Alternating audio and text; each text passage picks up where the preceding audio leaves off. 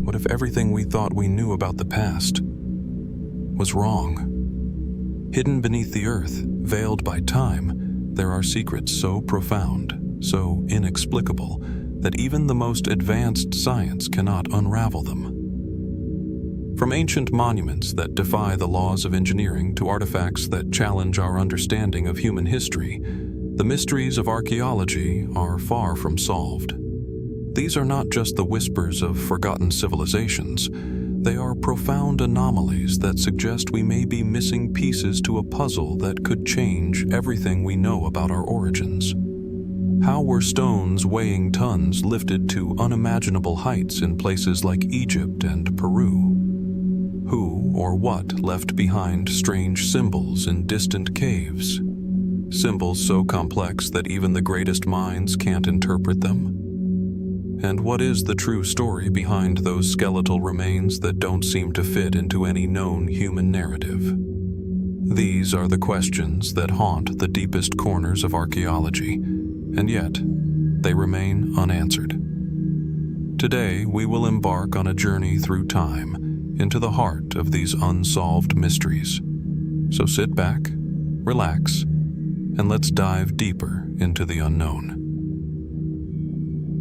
Hidden in the heart of New Zealand's North Island lies a curious and enigmatic feature that has baffled historians, archaeologists, and explorers for over a century. Known as the Kaimanawa Wall, this ancient stone structure rises from the earth like an unsolved riddle. Stretching across a remote section of dense forest, its sheer size and complexity invite questions that seem to evade conventional answers. The wall, composed of massive rectangular stones, runs for approximately 60 meters. Each stone appears to have been meticulously cut and arranged to form straight lines, sometimes aligning perfectly with one another, creating what seems to be a geometric pattern. Yet, as we stand before it, under the muted light of New Zealand's canopy, it's hard not to feel a sense of unease. How did these stones, some weighing over a ton, come to rest in such an organized fashion? Unlike the natural formations of the surrounding terrain, the Kaimanawa Wall looks almost deliberately placed, too straight, too deliberate to be entirely the work of nature. It cuts through the forest with precision, but there are no clear signs of human presence in the vicinity. No tools, no evidence of excavation, no signs that would help to explain its construction. To add to the mystery, the wall is made of sandstone, a material that is not naturally abundant in the region. It's almost as though the stones have been transported here from another place entirely. To most, the wall would seem like an ordinary geological formation, an unusual outcrop of natural rock shaped by the slow passage of time. But for those who have studied it closely, the Kaimanawa Wall stands as something more than just a curiosity of the landscape. It is a question. First discovered in the late 19th century, the wall has been the subject of various archaeological expeditions, each one attempting to uncover the truth behind its origins. For decades, the prevailing explanation has been that the wall is the result of natural erosion and the pressure of tectonic forces acting on the sandstone over millennia. The theory posits that the stone's straight edges and rectangular shapes are simply an illusion, a trick of nature that, when seen from the right angle, appears far more intentional than it truly is. Yet, even with this mainstream explanation, doubts have lingered. Could the wall really be just a product of wind, rain, and geological forces?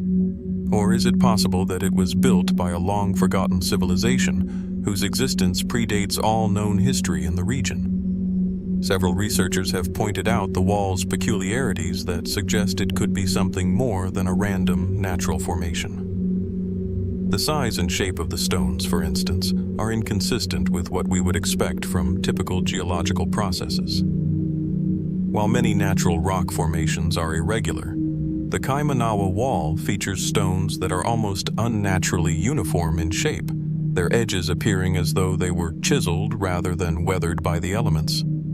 Moreover, the wall is situated in an area where the indigenous Maori people, who arrived in New Zealand around 1,000 years ago, have no known traditions or myths linking them to any large-scale stone construction. The Maori were skilled in the use of stone tools, but their culture did not focus on monumental architecture. So, if the Kaimanawa Wall were man-made, it would suggest the possibility of an even older civilization, one that may have lived in New Zealand long before the Maori arrived. This possibility has fueled speculation among alternative researchers, some of whom suggest that the Kaimanawa Wall might be evidence of an ancient, unknown civilization, perhaps even one that predates the Maori by thousands of years. Some theories go further, proposing that the wall could have been built by seafaring peoples who navigated vast distances, bringing with them knowledge of advanced stone-cutting techniques. One particularly intriguing idea posits that the Kaimanawa Wall could be a remnant of the lost civilization of Atlantis. Though this theory is more speculative, it has gained some traction in certain circles. The reasoning behind it is that the sophistication of the stonework, paired with the mysterious placement of the wall in an otherwise unexplored area, suggests that it could be the work of a culture with knowledge far ahead of its time, knowledge that was lost when the civilization, along with its technology, disappeared. Then there are those who believe the Kaimanawa Wall could be linked to ancient extraterrestrial visitors. The theory of ancient astronauts has become increasingly popular in recent years, positing that advanced beings from other planets visited Earth thousands, if not millions, of years ago, leaving behind evidence of their presence in the form of strange monuments and constructions. Could the Kaimanawa Wall be one of these extraterrestrial markers, a remnant of a forgotten interaction between Earth and beings from the stars? Despite the fascinating array of theories, there is no conclusive evidence to support any one of them. The wall remains a mystery, an enigma that defies easy explanation. Archaeologists and geologists continue to study the structure, but the more they uncover, the more questions seem to arise. Even with advances in technology, such as ground-penetrating radar and 3D mapping, no definitive answers have emerged. Some researchers believe that more detailed investigations into the surrounding area could yield further insights into the wall's origins. Others argue that the structure is a relic of natural forces at play, nothing more than an extraordinary geological anomaly. But in the silence of the Kaimanawa forest, where the thick canopy blocks out much of the light, it's impossible not to wonder. Could this be more than just a rock formation? Could it be a forgotten piece of our history, a tangible trace of a people who lived long before any known civilization? The Kaimanawa Wall may never yield its secrets fully. As with many great mysteries, it continues to stand as a silent sentinel to the past, an unresolved question that calls out to those brave enough to seek the truth. And so we are left to ponder. What is the Kaimanawa Wall? A product of nature, a forgotten creation of ancient hands, or perhaps something even more extraordinary, waiting to be uncovered? Time and continued exploration may hold the answers, or maybe, just maybe, the wall will remain forever hidden in plain sight, leaving us to wonder at the mysteries that might still lie waiting in the shadows of history. Not far from the coastline of New South Wales, Australia, nestled within the rugged terrain of the Barora Valley, there exists a set of carvings that have both baffled and intrigued scholars for decades. The Gosford Glyphs, as they are known, are a series of strange symbols etched into the sandstone walls of a remote rock face. These markings, weathered by time yet still legible, present a mystery that science has yet to unravel. The site itself, secluded and almost hidden from view, feels like something out of another world. The ancient carvings are spread across a series of large rock panels, some of which rise several meters above the forest floor. The symbols, though faded by the passage of centuries, stand out against the soft, ochre-colored stone. They appear deliberately carved, precise, almost too deliberate for something formed purely by nature's hand. But despite the centuries that have passed since their creation, the true origin of these glyphs remains an open question. At first glance, the carvings seem to resemble the kind of hieroglyphic writing found in Egypt.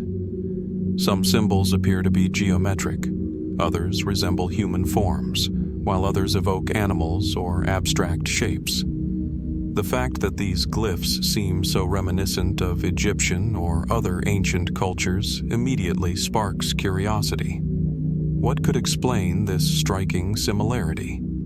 Could they be the work of an ancient, unknown civilization? Or, as some suggest, could they represent evidence of contact between distant peoples, long before modern history tells us such interactions were possible?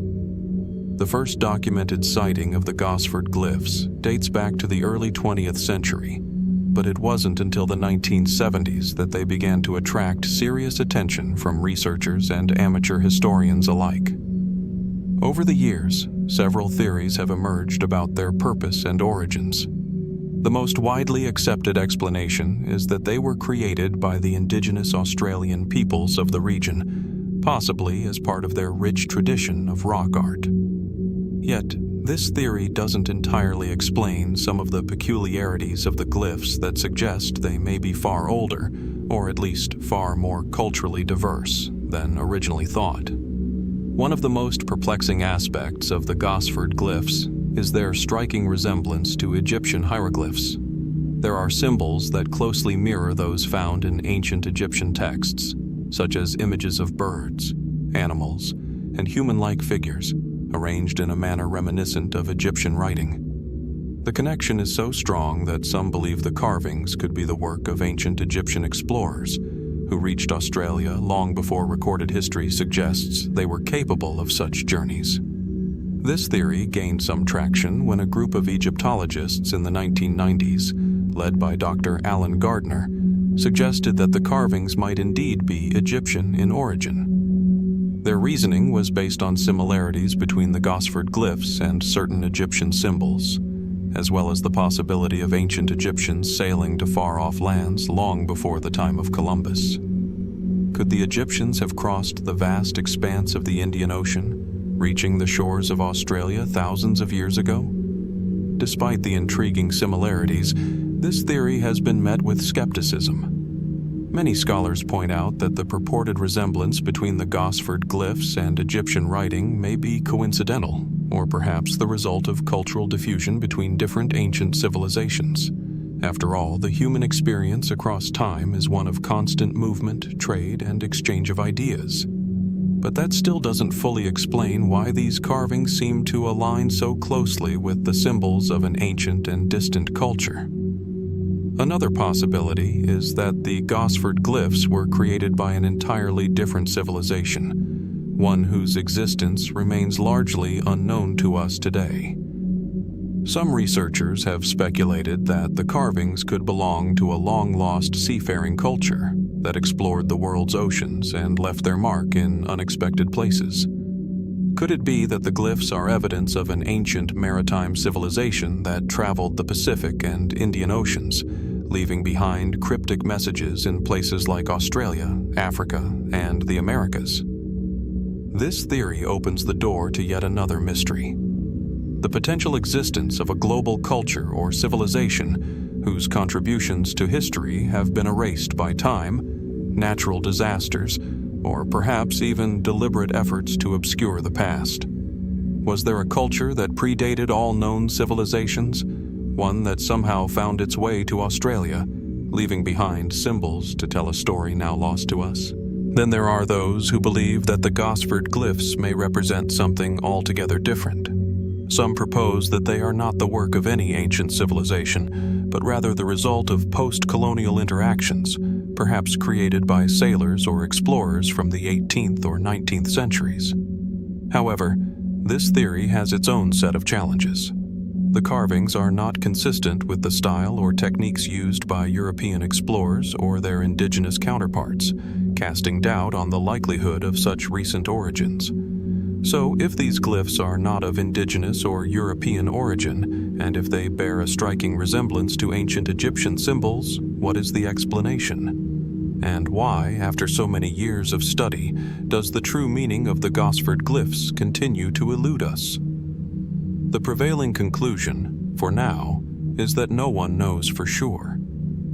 The theories that have emerged, from the possibility of ancient Egyptians reaching Australia to the idea of a lost global civilization, remain speculative, tantalizing glimpses into a past that has yet to be fully revealed. Despite the many investigations and hypotheses, the full story of the Gosford Glyphs has not yet been written. They remain an enduring puzzle, one that prompts more questions than answers. As we look at these carvings today, they stand as a silent testament to a history that we may never fully understand. They are not just symbols etched in stone. They are a mystery, a lingering question from a time long past. Who created them, and why? Are they the product of ancient hands, or is there a far more intricate story behind their creation? The Gosford Glyphs continue to challenge our understanding of history, reminding us that there are still mysteries out there, enigmatic relics of the past that refuse to be explained, leaving us to wonder what truths might still be waiting to be uncovered beneath the surface. In the vast, uncharted waters of the South Pacific Ocean, over 3,000 meters below the surface, a curious object lies. Known as the Eltanin Antenna, it is a mysterious metallic structure that was first discovered in 1964 by a scientific expedition aboard the Eltanin, a research vessel conducting routine oceanic surveys for the U.S. Navy. What they found, however, was far from ordinary. Nestled on the ocean floor, among the dark depths of the ocean's abyss, was an anomalous object, a strange, symmetrical formation, unlike anything known to modern science. The question that followed was immediate and perplexing. What was this object, and how did it come to rest on the ocean floor? The Eltanin Antenna appears to be a man-made structure, but not one that fits within any known historical or scientific framework. Its geometric form, reminiscent of an antenna or some kind of communications equipment, seems out of place in the natural environment of the deep ocean. Measuring about 5 meters in length and composed of what appears to be a metallic substance, it looks almost as though it were designed to transmit or receive signals, its outwardly symmetrical shape suggesting an engineered object. Initially, scientists thought the object could be the result of an underwater rock formation, possibly shaped by the forces of nature over thousands of years. However, closer inspection and analysis revealed that the structure was far too precise to be the product of natural geological processes. The metal, possibly bronze or brass, did not match the composition of any known geological formation in the region. The alignment of the object and its carefully structured components were too deliberate to be dismissed as mere coincidence. The discovery of the Eltanin Antenna raised a flood of questions, particularly because of its location. At the time, the area in which it was found was considered to be one of the most remote and least explored regions of the ocean. Could this be a piece of ancient technology, lost to the ocean's depths? Or could it represent something far more extraordinary, a relic from a civilization far beyond our understanding? Over the years, multiple theories have emerged, each trying to account for the presence of this perplexing structure. Some scientists have suggested that it could be the remains of a piece of equipment used by a past research expedition or naval mission, dropped during one of the many scientific or military operations carried out in the region. However, this theory does not explain the extraordinary precision and design of the object, nor its age. If it were indeed from a recent expedition, why had no records or documentation been found to corroborate this? Another possibility that has been floated is that the Eltanin Antenna is evidence of an advanced civilization that existed long before recorded history. The theory posits that an ancient, highly advanced culture, possibly one with technology far beyond what we would expect for its time, constructed the object and then lost it to the depths of the ocean. The structure could have been part of some ancient maritime exploration, an attempt to communicate across vast distances or to send signals into the unknown. Could this be a remnant of a forgotten people, one whose knowledge and technology were lost to time? The ocean, with its vast and unexplored reaches, has always been a repository for mysteries. And the Eltanin Antenna might just be one of them. The idea of ancient advanced civilizations is not new, though the theory often flirts with the fringe of mainstream archaeology. Ancient texts, myths, and even legends from cultures across the world speak of beings with knowledge and technology that far surpassed anything we know today. From the mysterious megaliths of the Sacsayhuamán Walls in Peru to the lost city of Atlantis, the notion that humanity's early history could have been more complex and technologically advanced than we realize is one that continues to capture the imagination of researchers and laypeople alike. But could the Eltanin Antenna be a clue to such a civilization? Is it possible that an ancient people possessed the knowledge to build communication devices capable of sending signals across the vast stretches of the ocean? And if so, why would such technology be abandoned or lost in the depths? Then there's a more speculative and decidedly more fantastical hypothesis that the Eltanin Antenna could be something far beyond human origins altogether. Some theorists suggest that the object might be of extraterrestrial origin. The idea that advanced beings from other worlds could have visited Earth long before humanity reached its technological peak has become a popular narrative in the realm of ancient astronaut theory.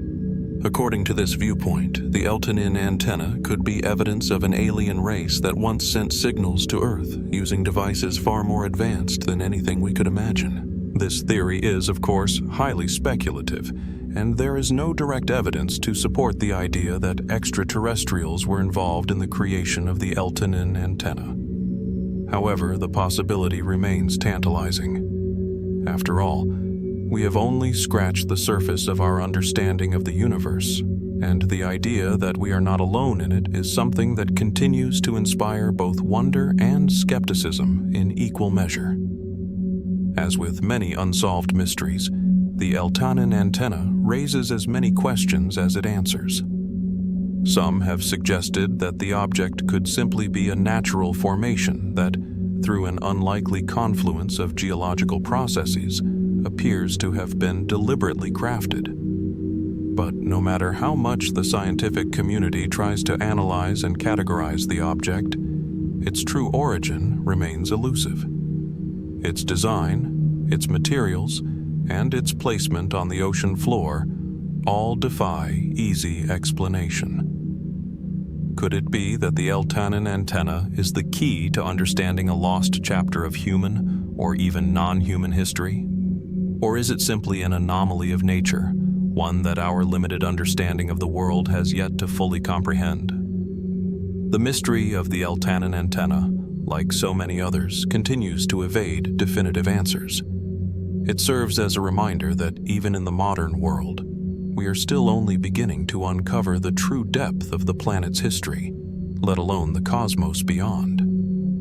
The ocean's depths, with their untold secrets, remain one of the final frontiers of exploration, and within them, objects like the Eltanin Antenna stand as silent witnesses to the unknown. As science pushes forward, we may one day uncover the truth behind this enigma. But until then, the questions linger, quietly waiting to be answered. In the remote expanse of Russia's southern Ural Mountains, nestled in the windswept plains of the steppe, lies a site that has fascinated archaeologists and historians for decades, the Arkaim Ruins. Discovered in the late 1980s, this ancient settlement is unlike anything else in the region, or anywhere else in the world. Shrouded in mystery and surrounded by speculation, Arkaim presents a puzzling story of a civilization that might have flourished thousands of years ago, only to vanish without leaving a trace of its true identity. The ruins of Arkaim are striking not only for their age, but for the sophistication of their design. When viewed from above, the layout of the settlement resembles a sprawling labyrinth. A series of concentric circles, each defined by walls of stone, encircle the central core of the site. This configuration, often likened to a fortress or even an astronomical observatory, suggests that Arkaim's builders had a keen understanding of geometry and urban planning, far ahead of their time. The site is believed to date back to the early Bronze Age, approximately 4,000 years ago, placing it firmly within the realm of ancient history. Yet, despite this apparent antiquity, Arkaim's precise purpose remains unknown. To the casual observer, the structures at Arkaim might seem like remnants of a small, forgotten village. But the more one learns about the site, the more intriguing it becomes.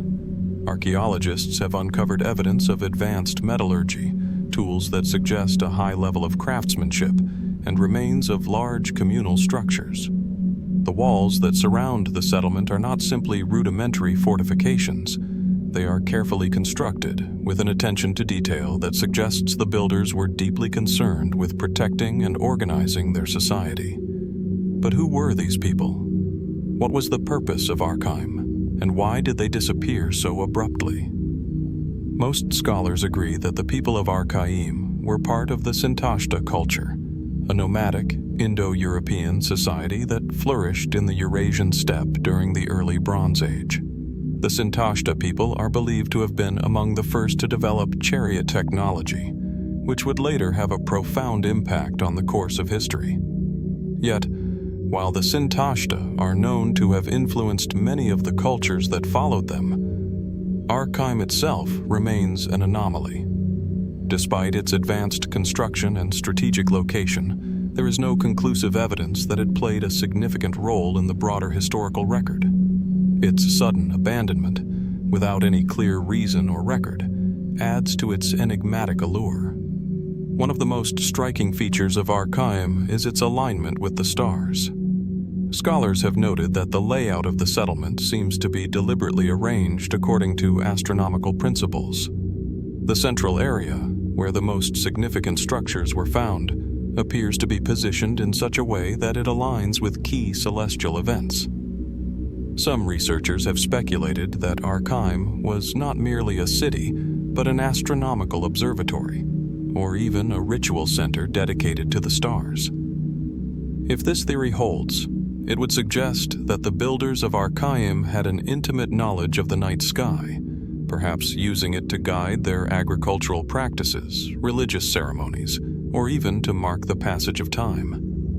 But if Arkaim was an astronomical center, why did it fall into disuse so abruptly? What caused its inhabitants to abandon the site and leave no trace of their civilization behind? And why, despite the remarkable sophistication of the site, does it not appear in the historical records of any known ancient culture? Some have proposed that Arkaim was destroyed by natural forces, perhaps a catastrophic flood or fire, but no definitive evidence has been found to support this theory. Others speculate that the settlement was abandoned due to external pressures, such as a series of invasions or conflicts with neighboring tribes. Another, more speculative theory suggests that the mysterious collapse of Arkaim could be related to a more metaphysical or even supernatural event. The site's strange geometry and alignment with the stars have led some researchers to propose that it was a sacred site of cosmic significance. Perhaps the abandonment of Arkaim was not a simple matter of survival or warfare, but a deliberate departure in response to some unknown, spiritual, or ritualistic imperative. This idea draws on the belief that ancient peoples often built cities and temples to honor forces beyond the earthly realm, and that the sudden fall of such places might have been the result of a cataclysmic shift in their spiritual or cultural beliefs. There are those who go even further, suggesting that Arkaim may be the last vestige of a lost, advanced civilization, one that existed long before the rise of Mesopotamia, Egypt, or any of the other known ancient cultures. Some theorists propose that the knowledge and technology possessed by the builders of Arkaim could have been on par with that of the ancient Egyptians or even the Sumerians. Could it be that Arkaim was the center of a forgotten civilization, one that left behind only cryptic ruins to hint at its once great power? The possibilities are tantalizing, and yet the evidence is scarce. There are no written records to tell us who the people of Arkaim were, what they believed, or why they left. The lack of written language at the site, combined with the absence of any known historical references to Arkaim, only deepens the mystery. Was the city simply the product of a relatively unknown Bronze Age culture, or could it be a remnant of something far older and more complex? For now, we are left to piece together the fragments of a forgotten past, and Arkaim stands as a silent witness to a time long gone. The settlement's complex design, advanced engineering, and potential astronomical significance suggest that its builders possessed knowledge and skills that were far ahead of their time. Yet, despite these remarkable accomplishments, the identity of the people who created Arkaim remains shrouded in mystery. Perhaps one day, new discoveries or breakthroughs in archaeology will offer a clearer picture of who lived here and why they built such an enigmatic city. But for now, Arkaim remains one of the many great unsolved mysteries of the ancient world, an enduring enigma hidden in plain sight, waiting for someone to uncover its secrets. And so the question lingers: what truths lie beneath the surface of Arkaim, waiting for us to find them? Could it hold the key to unlocking the secrets of an ancient world? Or is it simply a forgotten relic of a bygone civilization, lost to the sands of time? As with so many other archaeological mysteries, only time and further exploration will tell. Along the sun-drenched coast of Italy, just a few miles from the bustling city of Naples, lies a place that once served as a luxurious retreat for the ancient Romans. Baiae, with its picturesque beaches and thermal baths, was a paradise for the elite of the Roman Empire, an enclave of indulgence, excess, and mystery. But beneath the scenic beauty of this ancient seaside resort, something far darker and more enigmatic lies hidden. The Tunnels of Baiae, an extensive network of subterranean passageways beneath the ruins of this once thriving city, have intrigued archaeologists, historians, and explorers for centuries. Baiae was no ordinary Roman town. Known for its magnificent villas, lavish gardens, and healing thermal springs, it attracted the empire's wealthiest and most powerful figures, including emperors like Nero and Hadrian. Its natural beauty, combined with the allure of its mineral-rich waters, made it a popular spot for both leisure and political intrigue. However, the city's rich past is not confined to what is visible above ground. Beneath the surface lies a vast, largely unexplored system of tunnels and chambers that hints at a much more complex and secretive history. The Tunnels of Baiae are not just an ordinary network of subterranean passageways. They are, in many ways, a puzzle, an intricate labyrinth whose purpose remains largely unknown. Built into the volcanic rock beneath the city, these tunnels stretch for miles and are thought to have served a variety of functions. Some are small and unremarkable, while others open into larger, cavernous chambers, their purpose a subject of much debate. The most remarkable aspect of the tunnels is their apparent precision and purpose.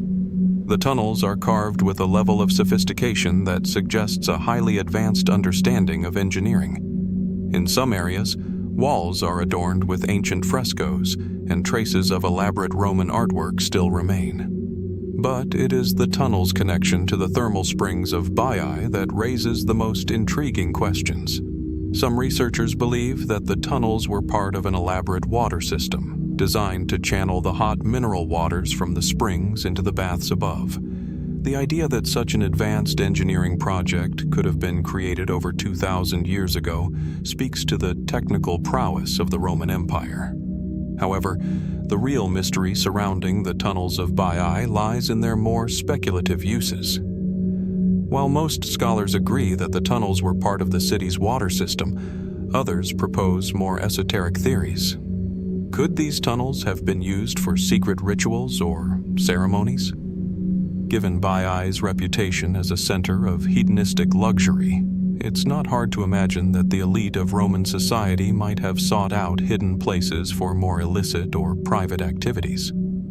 The tunnels, with their labyrinthine structure, would provide the perfect environment for such endeavors. But it's not just speculation about luxury or secret gatherings that surrounds these tunnels. Another theory, gaining traction in recent years, suggests that the tunnels could have had an astronomical or ritualistic significance. Some researchers point to the alignment of the tunnels with certain celestial events. The idea is that the tunnels, or at least certain chambers within them, were used as a kind of observatory, allowing the Romans to track the stars and planets. This theory is bolstered by the presence of symbols and engravings found within the tunnels, many of which appear to correspond to known constellations. The most compelling aspect of the Tunnels of Baiae, however, lies in their mysterious abandonment.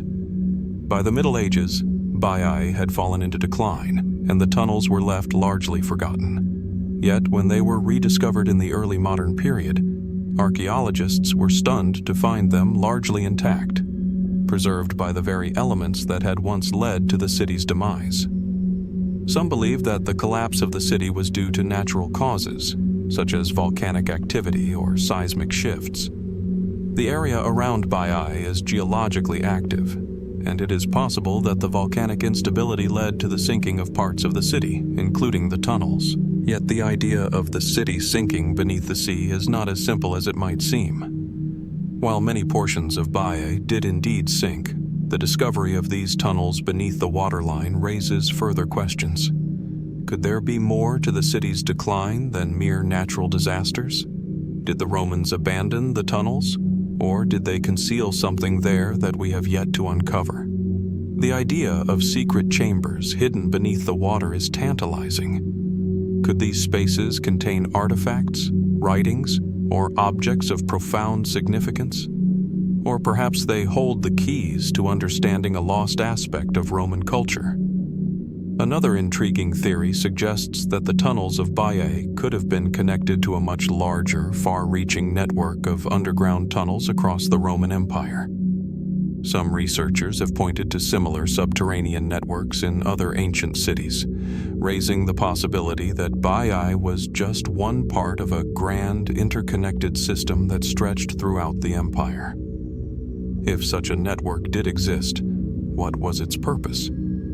Was it a means of communication, a way to quickly transport goods and messages, or even a system of control that allowed Rome to maintain its dominance over distant provinces? In recent years, some have even speculated that the tunnels could have been a place of political intrigue or military activity.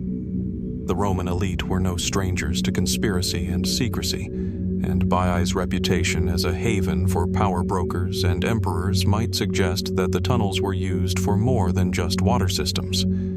Could they have been used for secret meetings or covert operations?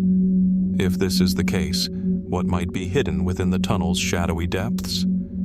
The mystery of the Tunnels of Baiae is not just one of archaeology, it is one of the human psyche. It beckons us to imagine a world of secret rituals, lost knowledge, and hidden spaces. As scientists and researchers continue to study the site, new theories will undoubtedly emerge, each one building upon the last, like the tunnels themselves, winding deeper into the unknown. And as we peer into the shadowy corridors of Baiae, we are left with a lingering question. What did the people of Baiae really know? And what secrets do the tunnels still hold beneath their silent depths? The Tunnels of Baiae remain one of the most haunting and unexplained remnants of the Roman Empire, a testament to the complexity and mystery of a civilization that continues to surprise us. As we continue to explore these hidden passages, we may find that their true purpose is far beyond our understanding, waiting for the right moment or the right discovery to be revealed. In the arid deserts of California, near the base of the Sierra Nevada mountains, lies a geological and historical mystery that has confounded archaeologists and scientists for decades.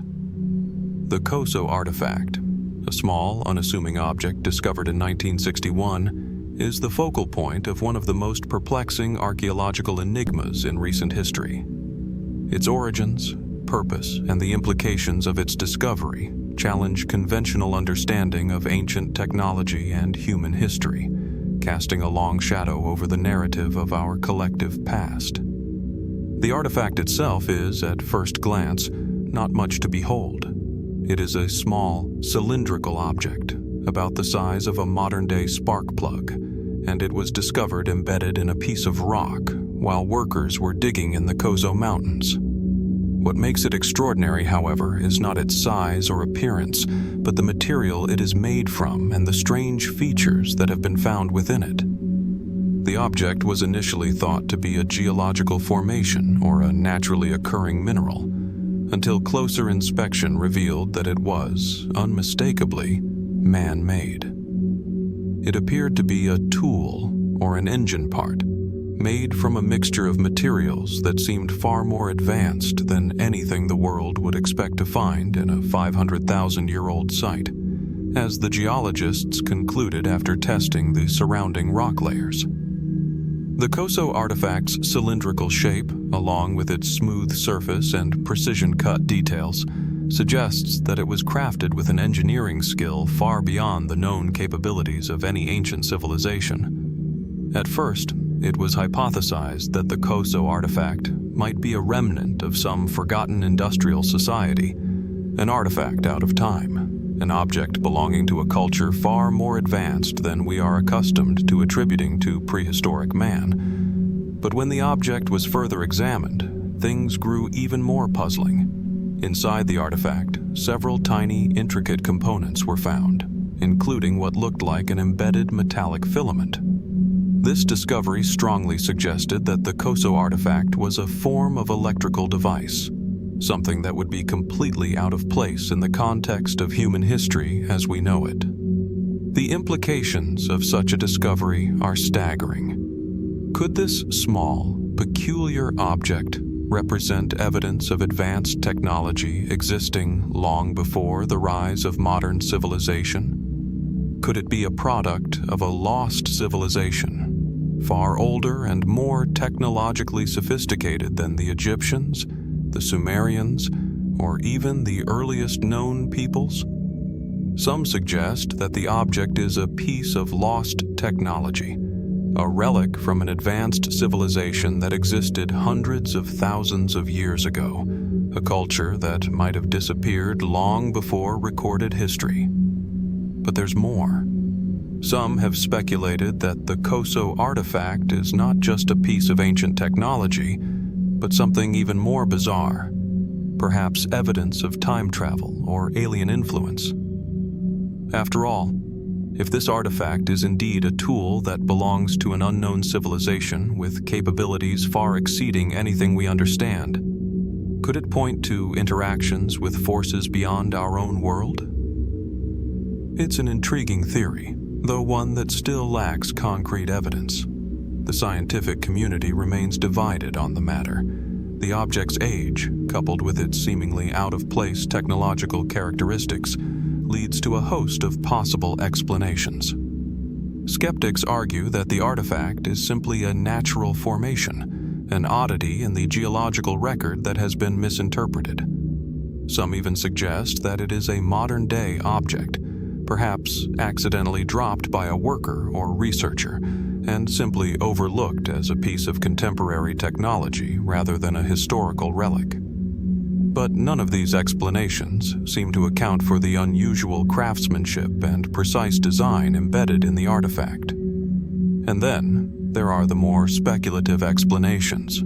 Some suggest that the Coso artifact is a piece of ancient or even extraterrestrial technology, an item that was created by beings far more advanced than any civilization we have discovered. Could it be a remnant of a highly advanced civilization that existed long before modern man even appeared on Earth? If so, what happened to that civilization? Did it perish in some ancient cataclysm, leaving behind only scattered fragments of its knowledge like the Coso artifact?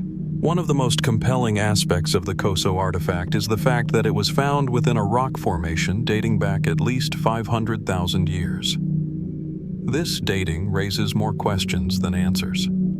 How could a seemingly sophisticated object, one that appears to be an electrical component or mechanical part, exist so far in the past? While modern science has not yet ruled out the possibility of ancient cultures having a higher level of technology, there is no evidence, until the discovery of the Coso artifact, that would suggest such technology was in use at that time. No known civilization from the Stone Age or even the Bronze Age possessed the capability to create such objects, and yet, here is this artifact, seemingly out of place in its geological context. Some fringe theorists even speculate that the Coso artifact could be the key to understanding an ancient lost civilization, one that might have wielded technology far beyond what we can comprehend. Perhaps, they suggest, this society possessed knowledge and tools that we can only dream of today. If such a culture existed, what would that mean for the timeline of human civilization? Could there have been advanced societies long before the rise of known civilizations like those in Mesopotamia or Egypt? And what if we are only scratching the surface of what ancient history truly holds? There are also those who wonder if the Coso artifact is, in fact, a fragment of something much greater, an artifact from a much larger, more complex device or machine. Could this be part of a long-lost engine, a power source, or even a piece of ancient computing technology? If so, who were the people capable of creating such an object? What kind of society would have been able to design and manufacture such intricate, high-tech components? Even more mysteriously, some theorists wonder whether the artifact's presence in a remote desert in California is simply a coincidence, or if it points to something far more profound. Could the Coso artifact have been transported from another place, perhaps from an ancient civilization on another continent, or even from beyond Earth? The idea of ancient alien technology is one that continues to intrigue people around the world, but it remains highly speculative. As we ponder the implications of the Coso artifact, it's important to remember that we are only beginning to scratch the surface of its mystery. While the object's discovery has raised many questions, it has yet to provide definitive answers. Each theory about its origins and purpose opens up a new door into an unknown past, and as of now, the true story behind the Coso artifact remains one of archaeology's most tantalizing, unsolved mysteries. What exactly does this small, strange object tell us about the ancient world, and what truths might it still conceal? Could it be the missing piece of the puzzle, a link between humanity and a forgotten, technologically advanced civilization? Or is it simply an inexplicable anomaly that defies the logic of history? Only time and further investigation will tell. But for now, the Coso artifact stands as a testament to the complexity and mystery of our past, a reminder that even the most unassuming of discoveries can hold secrets far beyond our comprehension. Hidden in the quiet desert of Mexico, beneath the arid soil of the ancient city of Durango, a discovery was made in 1930 that would baffle archaeologists, anthropologists, and scientists for decades. The remains of a child, buried in an unusual position, were unearthed by a team of workers at the site. At first glance, it appeared to be just another human skeleton, but a closer examination revealed something utterly strange, something that would defy conventional explanation. The skull of the child, which became known as the Star Child skull, was unlike any human skull ever found before. The most striking feature of the Star Child skull is its shape. Unlike the rounded, typical structure of a human skull, this one is elongated, with the front portion protruding in a way that suggests a cranial deformation. Such deformities are not entirely unheard of in human history. Many ancient cultures, including the ancient Egyptians, practiced head binding, which involved applying pressure to a child's skull in order to elongate it. However, the elongation in the case of the star child's skull goes far beyond what is typically seen in cultures that practiced cranial deformation. When researchers first examined the skull, they were puzzled by its unusual characteristics. The skull was smaller than that of a typical human child, but its bone structure was denser and its overall shape more bizarre. What truly baffled the scientific community, however, was the fact that the skull did not resemble the bones of any known human species, ancient or modern. Its bone structure, while composed of the same materials as human bones, appeared to be much thicker and stronger than typical human bone. There was also an unexpected lack of suture lines, the grooves where the bones of the skull fuse as a person grows, making it appear as though the skull had developed in a completely different way than that of a human child. As the star child skull attracted more attention, it became a subject of intense speculation. Could it be the remains of a child who was born with a rare and previously undocumented genetic condition? Or, as some have suggested, could it be evidence of something far more extraordinary, an extraterrestrial being, or perhaps even the child of such a being? Theories quickly spiraled into the realms of the fantastic, as the skull's strange features seemed to defy known biological patterns. One of the more controversial theories that arose surrounding the star child skull is the possibility that it represents evidence of an alien-human hybrid. The idea that extraterrestrial beings may have visited Earth in ancient times, perhaps even interbreeding with humans, has long been a topic of speculation in fringe science. Proponents of this theory point to the skull's odd features, its bulbous cranium, unusually thick bones, and the absence of suture lines as potential indicators of non-human ancestry. Could this child have been the offspring of such an extraterrestrial visitation? If so, what would this mean for our understanding of human origins? And why would the child be buried in a way that suggested reverence, rather than the typical burial rites afforded to other humans? As with any enigmatic discovery, mainstream scientists were quick to offer their own, more grounded interpretations. Some suggested that the skull might belong to a child suffering from hydrocephalus, a condition in which excessive cerebrospinal fluid accumulates in the brain, leading to an abnormal head shape. While hydrocephalus could explain the cranial enlargement, it doesn't account for the odd features of the skull that seem to defy medical understanding. Furthermore, the bone's unusual density and structure remain a source of confusion, as hydrocephalus does not typically affect bone composition. Other researchers have proposed that the skull might represent the remains of a child born with a rare form of cranial deformity, not caused by head binding, but by some other factor, perhaps a genetic mutation or an environmental influence. Some even argue that the skull's peculiarities are simply the result of an undiscovered medical condition, one that has yet to be identified by modern science. However, this explanation leaves many questions unanswered, particularly regarding the age of the skull, which carbon dating has placed at around 900 years old, far too recent for ancient genetic mutations or medical conditions to have left such an indelible mark on the child's bones.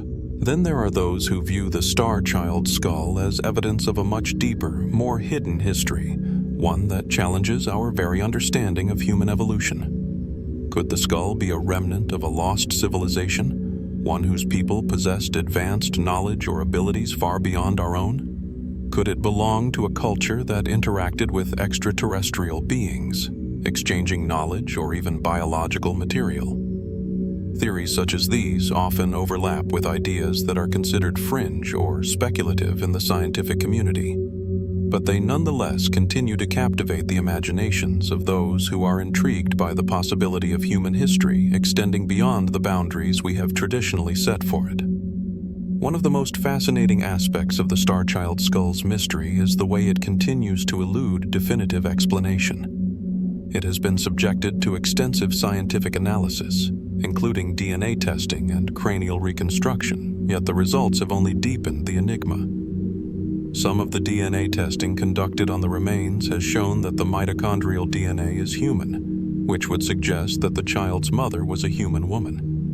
But the child's genetic material also contains sequences that don't quite match up with any known human genetic markers, leaving researchers perplexed.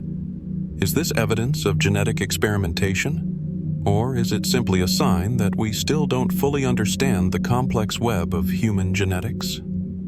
To this day, the Star Child skull remains one of the most intriguing and mysterious artifacts in the world of archaeology and paleontology. Its strange features, coupled with the questions it raises about our past, have made it a subject of fascination for both serious researchers and conspiracy theorists alike. As the mystery continues to unfold, it beckons us to explore the possibility that there are aspects of human history, and perhaps even of human nature, that we have yet to understand. Could the Star Child be the key to unraveling a hidden chapter of our past, one that has been buried by time and circumstance?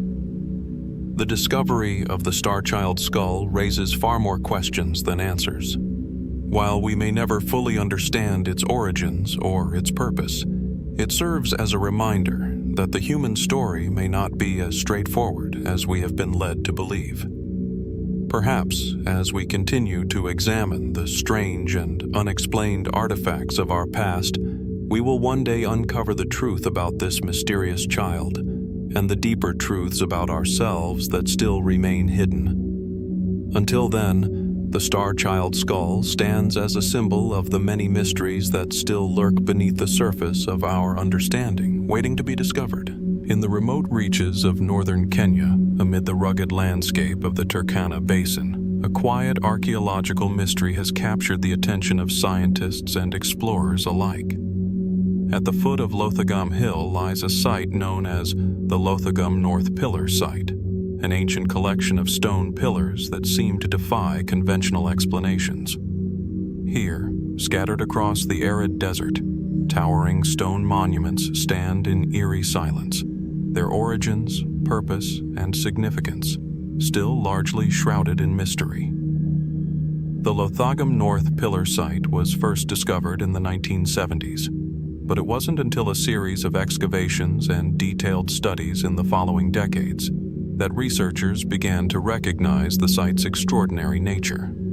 The pillars themselves are made of a dense volcanic rock, each varying in size, some reaching heights of over 2 meters, while others are smaller and more irregular in shape. What makes the site truly remarkable, however, is the deliberate arrangement of the stones. They form concentric circles, rows, and alignments, suggesting that these pillars were placed with intention, not just scattered haphazardly by natural forces. But what purpose did these pillars serve? Why were they arranged in such a complex and precise manner in a desolate part of the world, far from the major centers of ancient civilization? And perhaps most perplexing of all, who created them? The first theory put forward by archaeologists was that the Lothagam North Pillar Site functioned as a burial ground or a ceremonial space. The site's location, atop a hill with sweeping views of the surrounding landscape, might indicate that it held some form of spiritual or ritual significance. Other similar megalithic sites, such as Stonehenge in England or the Nabta Playa in Egypt, are believed to have served as astronomical observatories or places of religious rites. Perhaps the pillars at Lothagam were also used to track the movements of celestial bodies or mark significant seasonal changes. After all, the Turkana Basin, where the site is located, has long been a crossroads of ancient human migration, and understanding the stars would have been critical to the survival of early societies. But as more research was conducted, questions began to arise. The site's age was one of the first points of contention. Radiocarbon dating of organic material found near the pillars places their construction at around 3,500 years ago, though some estimates suggest they could be much older. However, this time frame doesn't quite align with the rise of complex civilizations in other parts of the world. By 3,500 years ago, Egypt was building its pyramids, Mesopotamia was developing its first cities, and the Indus Valley civilization was flourishing. Yet, here in the Kenyan desert, we find these mysterious pillars, their creators seemingly ahead of their time in their ability to organize such monumental stone structures. The mystery deepens when one considers the society that might have built them.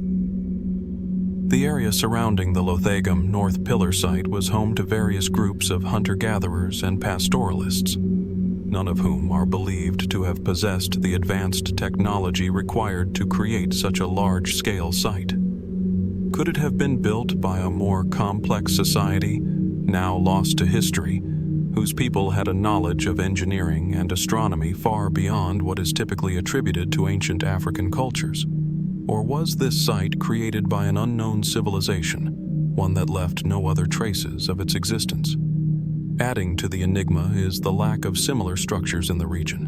While we know that ancient civilizations built megalithic monuments, particularly in Europe and the Near East, the Lothagam North Pillar site seems isolated in terms of its style and function. It doesn't fit neatly into the known patterns of ancient African architecture. Could it be that this site represents a completely different cultural tradition, one that we have yet to fully understand or identify?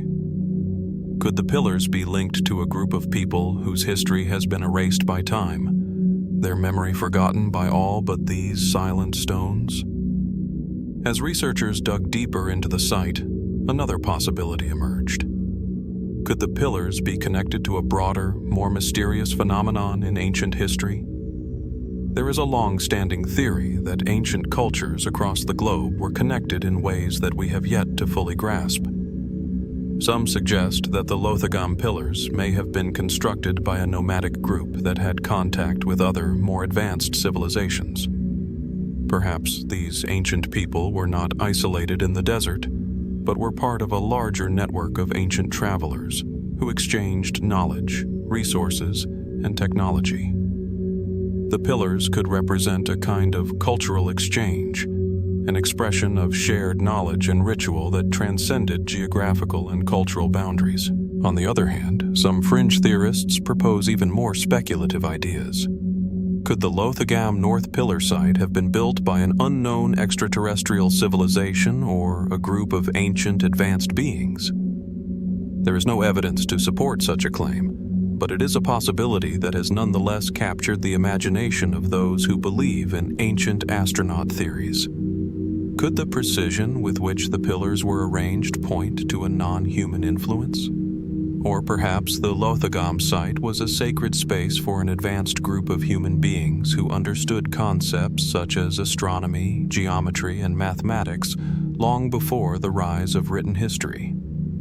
Another theory, one that has gained some traction in recent years, is that the pillars may have served as a type of calendar, a way for early human societies to measure time and track seasonal changes. The positioning of the stones, along with the orientation of some of the pillars in relation to the sunrise and sunset, suggests that the site may have been used to mark significant points in the solar year, such as solstices and equinoxes. Some researchers speculate that these ancient people may have used the site to guide their migration patterns, coordinating their movements with the rhythms of the natural world. If this theory holds weight, the Lothagam pillars could represent one of the earliest examples of human attempts at understanding time and the cycles of nature. The mystery of the Lothagam North Pillar site remains unsolved, and as with so many archaeological enigmas, it is possible that we may never fully uncover its secrets. The pillars stand as silent sentinels in the desert, their purpose lost to the sands of time. As scientists continue to study the site, they may uncover more clues about the people who created it, the culture that sustained them, and the larger mysteries of ancient human history. But for now, the Lothagam North Pillar site remains one of Africa's greatest unsolved archaeological mysteries, beckoning us to ask the questions that history has yet to answer. What truths are buried in the stone circles of Lothagam? Could this small site, isolated in the heart of the African desert, hold the key to understanding a lost chapter of human history? As we look at the pillars today, it is not just the stones that speak to us. They are a reminder that beneath every mystery lies the potential for discovery, if only we are willing to listen. On the rugged, windswept coast of Brittany in northwestern France, a sprawling and enigmatic archaeological site lies under the open sky, where towering stones, weathered by time, stretch across the landscape like the remnants of a forgotten civilization. The Carnac Stones, a vast complex of megalithic monuments, have puzzled historians, archaeologists, and visitors for centuries. With over 3,000 stones, arranged in long rows and intricate patterns, this site stands as one of the most mysterious and awe-inspiring structures in the world. But what is their purpose? Who were the people who placed these stones, and why did they go to such monumental lengths to create them? The site itself is a breathtaking sight to behold. Long, straight lines of standing stones seem to disappear into the horizon, each one standing tall, silent, and resolute against the backdrop of a shifting sky. Some of these stones weigh several tons, and the sheer scale of the site is both awe-inspiring and humbling. The alignments, the most famous aspect of the site, stretch across several kilometers, running parallel to one another in a way that seems too deliberate to be accidental. There are also dolmens, megalithic tombs made of large stones, and cairns, piles of stones arranged as markers, some of which date back to the early Neolithic period. Together, these structures create a web of mysteries that beckon for answers, though much of their meaning remains elusive. The first theory to arise in the study of the Carnac Stones is the idea that the site was built as a place of religious or ceremonial significance. This was the dominant belief for much of the 19th and early 20th centuries. The alignment of the stones, particularly those that run parallel to the direction of the sunrise at the solstices, suggested that the site may have been used for astronomical or calendrical purposes. Researchers have noted that certain stones are positioned in a way that marks important celestial events, such as the rising and setting of the sun during key moments in the solar year. This led many to speculate that the site was a kind of ancient observatory, a place where early people could track the movement of the stars and planets. The connection between the stones and the cosmos is undeniable. Some scholars suggest that the builders of the Carnac Stones were attempting to align their world with the heavens, creating a link between the earthly and the celestial. Others have posited that the site served as a ritual center, where people gathered to perform ceremonies related to the changing of the seasons, fertility, and the cycles of life. The positioning of the stones could have marked sacred moments in time, guiding agricultural practices and shaping the spiritual lives of the ancient inhabitants of the area. However, as researchers continued to explore the site, a troubling question emerged. Why would such a sophisticated and monumental structure be built in such a remote, isolated location? After all, the Carnac Stones are located in a region that was sparsely populated in ancient times, and there is little evidence to suggest that it was a major cultural or political center. This raised further questions about the motivations of the builders and the extent of their technological and social sophistication. Could there have been a deeper, more complex reason for the creation of the site? One alternative theory that has gained traction over the years is that the Carnac Stones were a form of ancient communication, a method of conveying messages across time and space.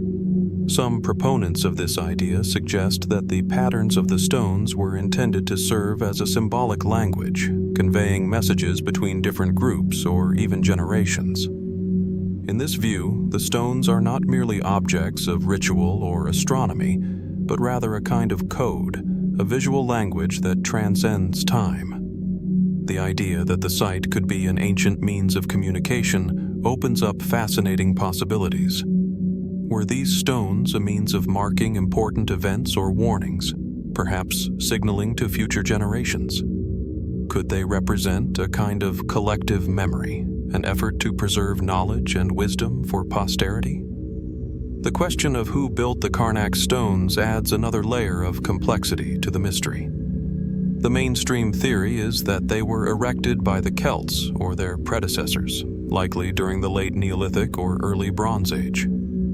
However, the precision with which the stones are arranged has led some to speculate that the site may be much older than originally thought.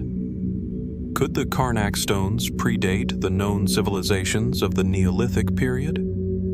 Some researchers have pointed out similarities between the stones and other ancient structures around the world, such as the Great Pyramids of Giza and the stone circles of the British Isles. Could there have been an ancient, now forgotten culture that possessed the knowledge and skill to construct such monumental sites? This notion brings us to a more fringe theory that has captured the imaginations of those fascinated by ancient mysteries. Could the builders of the Carnac Stones have had access to knowledge or technologies that have since been lost to history? The precise methods used to transport and position the stones, many of which are heavy and difficult to move even with modern equipment, have led some to wonder if the ancient builders had access to some form of advanced engineering. Could they have possessed a lost technology, perhaps one that was wiped out in some ancient catastrophe? And if so, what could have happened to the knowledge of these techniques? Another theory, more speculative but still intriguing, is that the Carnac Stones were created by an extraterrestrial civilization or influenced by beings from other worlds. This idea, often associated with ancient astronaut theories, suggests that the builders of the site could have been in contact with advanced beings from beyond Earth. The precision with which the stones are aligned, their astronomical significance, and the fact that similar stone structures appear around the world has led some to propose that extraterrestrials may have played a role in the construction of these ancient sites. While there is no concrete evidence to support this theory, it is nonetheless part of the broader discussion surrounding the site's purpose and origins. Despite all the theories and research, the mystery of the Carnac Stones remains unsolved. The site continues to be a source of fascination and intrigue, drawing visitors from around the world who seek to unravel the secrets of these ancient monuments. And as modern technology allows us to peer deeper into the past, the possibility of new discoveries, new insights into the builders' motivations, the site's function, or the technologies they used, remains tantalizingly out of reach. As we stand before these stones today, we are confronted with a silent puzzle that has withstood the ravages of time. The Carnac Stones may never fully reveal their secrets, but in their quiet stillness, they continue to ask us the most important question of all: what truths remain hidden in the stones of our ancient past, waiting to be uncovered by those willing to look closely enough?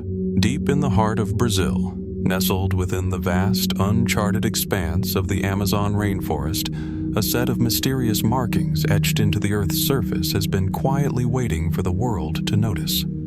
These are the Brazilian Geoglyphs, a series of enormous, intricate shapes and patterns that stretch across the dense jungle floor, hidden from view until the advent of modern aerial photography. Unlike anything seen before in South America, these geoglyphs raise profound questions about the civilization that created them, the purpose they served, and why they were seemingly abandoned without explanation. The geoglyphs were first brought to the attention of the outside world in the late 20th century, when satellite imagery and aerial surveys revealed the startling patterns, large geometric shapes, spirals, and lines, etched into the earth in regions of the Brazilian state of Acre. Their sheer scale is overwhelming. Some of these formations stretch hundreds of meters in length, and their complexity defies easy explanation. Unlike similar figures found in other parts of the world, such as the Nazca lines in Peru, the Brazilian geoglyphs are not confined to a dry, open plain, but rather occupy the humid, dense expanse of the Amazon rainforest. This raises the first major question: how did the ancient people who created them manage to construct such massive, intricate designs in a region so challenging to navigate? The geoglyphs themselves are fascinating. Some take the shape of concentric circles, while others resemble squares, spirals, or even more elaborate geometric forms. Their size and shape suggest a highly organized, methodical approach to their creation, one that would have required significant labor, resources, and planning. And yet, there are no clear answers as to who built these remarkable structures. The most widely accepted theory points to the pre-Columbian indigenous peoples of the Amazon, most likely the ancestors of modern-day groups who lived in the region long before European contact. But while it is clear that the indigenous people of the Amazon had a deep connection to the land, the sheer scale and complexity of these earthworks suggest that they may have represented something far more significant than just functional or ornamental designs. One of the most intriguing aspects of the Brazilian geoglyphs is their location.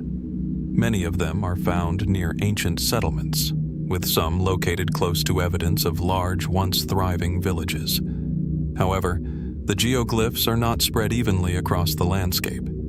Instead, they tend to be concentrated in specific areas, raising the question of whether they were deliberately placed to serve a particular purpose. Were they markers of territory, ritualistic sites, or perhaps a form of communication, intended to send a message to other tribes or future generations?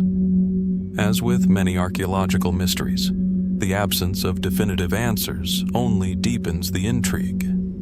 The people who created these geoglyphs were likely part of a highly organized and advanced society, one that was capable of shaping the landscape in a way that we are only beginning to understand.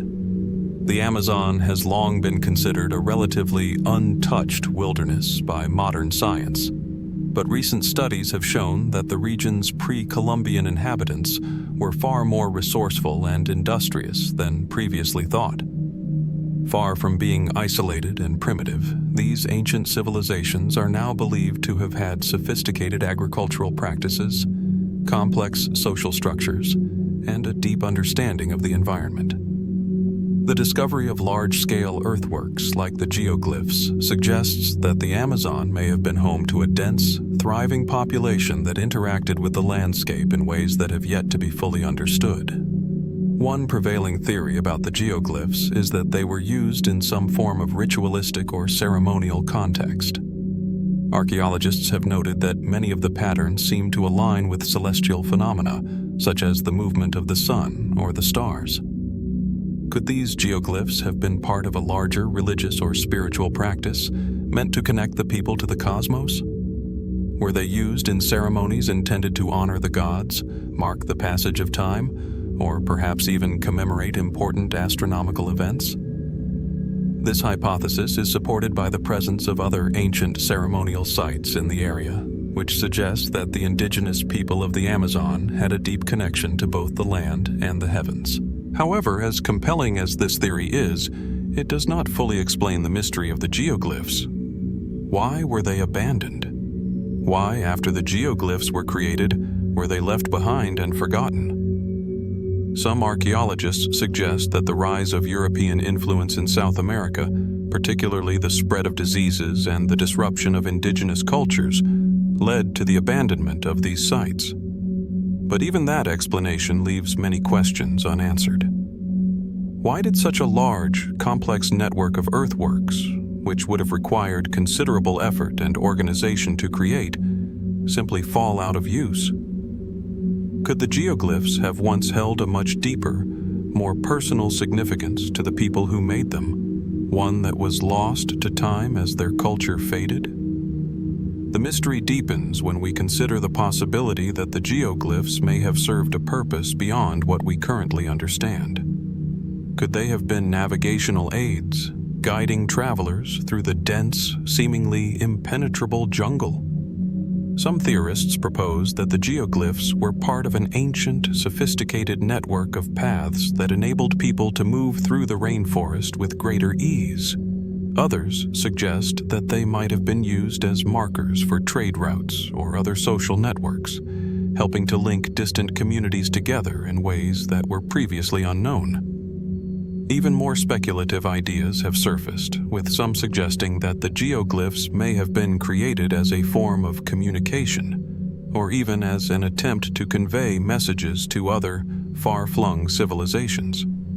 The size and complexity of the geoglyphs suggest a culture with advanced knowledge of geometry and spatial organization, and it is not entirely outside the realm of possibility that they were intended to reach beyond the Amazon and make contact with other ancient societies. Could the geoglyphs be a part of a larger, interconnected network of ancient sites, reaching across South America or even beyond?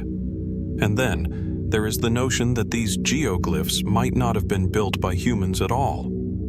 Could there have been outside influences, extraterrestrial or otherwise, that played a role in their creation? While this theory is far from mainstream, it remains a tantalizing possibility, especially given the precision and scale of the markings. Could the creators have had access to knowledge or tools that are now lost to history?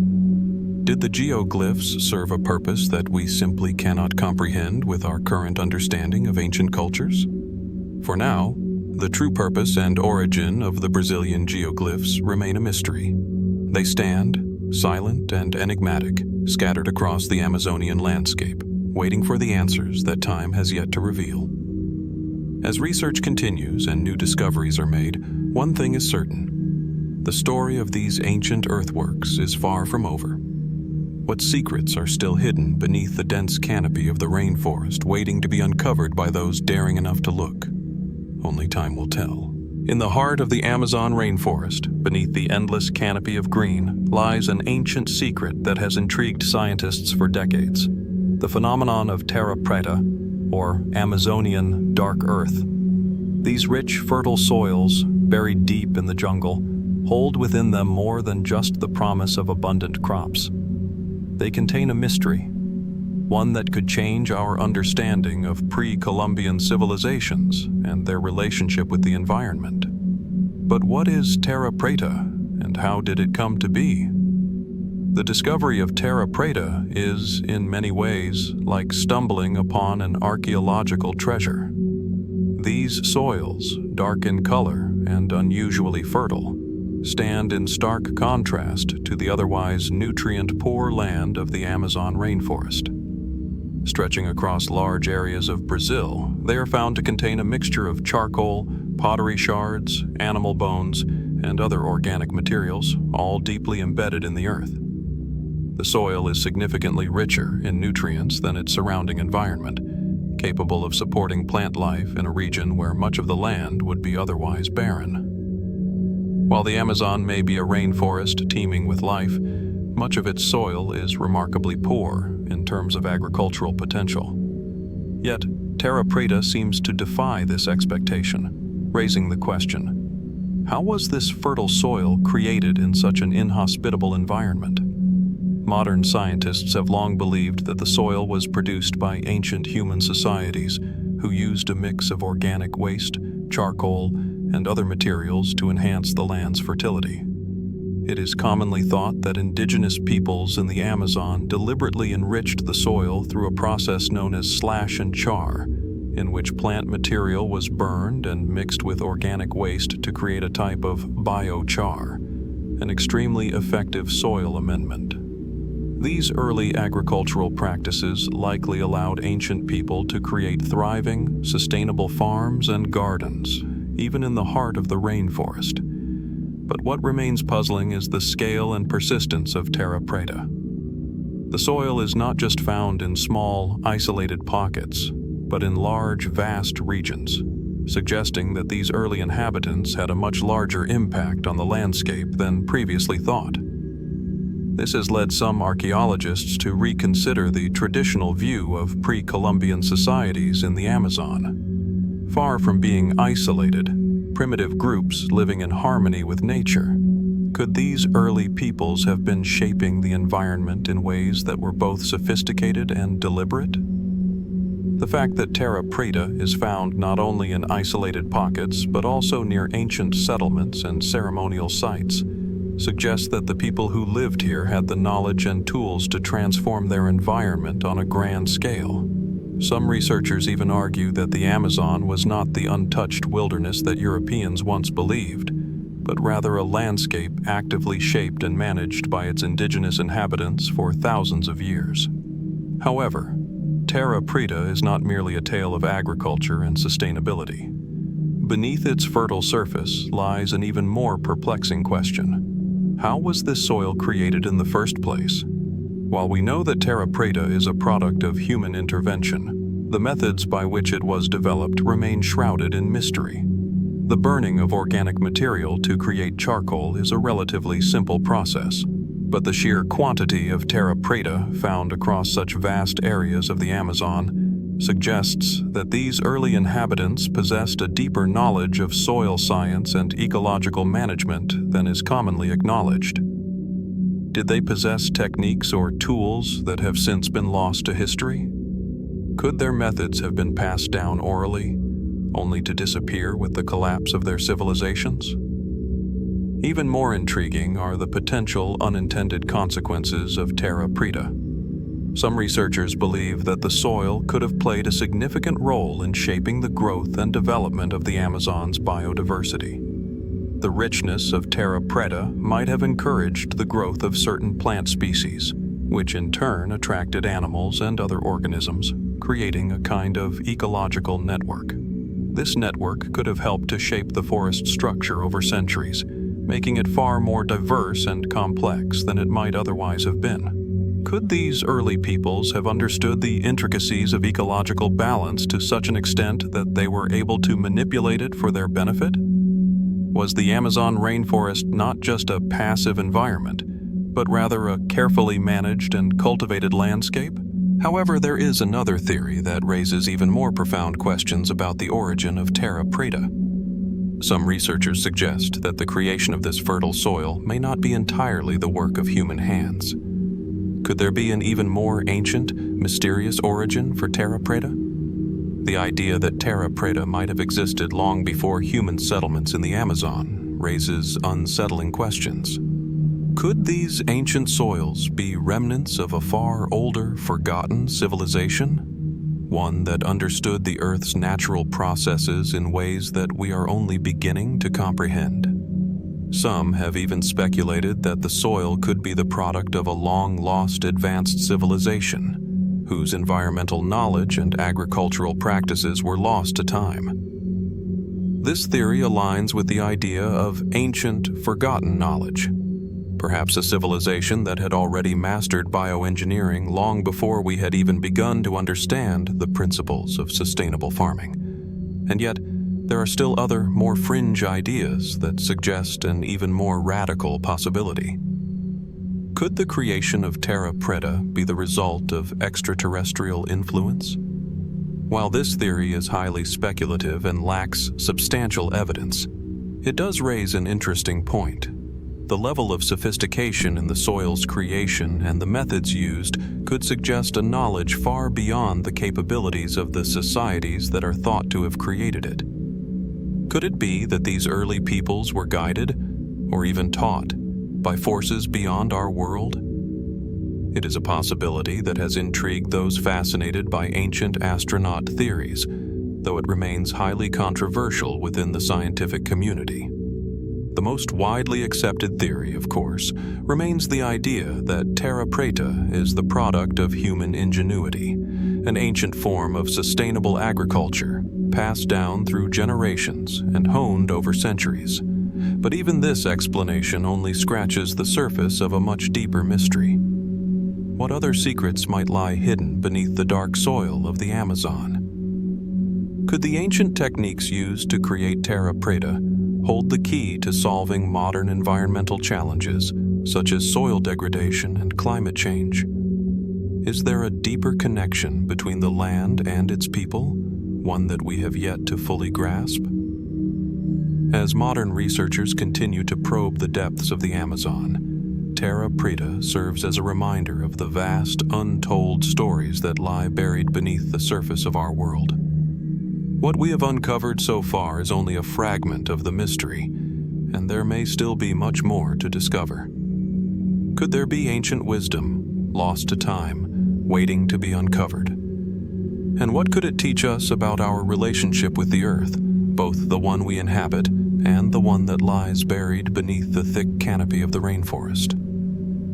The mystery of Terra Preta remains unresolved, but its legacy, both as an archaeological enigma and as a symbol of humanity's potential to shape the environment, continues to stir our imagination and curiosity. What lies beneath the dark earth of the Amazon, waiting to be uncovered?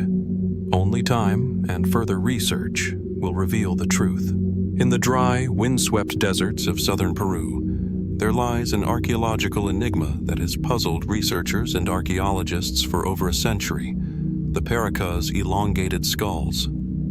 These strange, unnaturally shaped skulls were first discovered in the Paracas Peninsula, a remote region along the Pacific coast, where the harsh desert landscape meets the sea.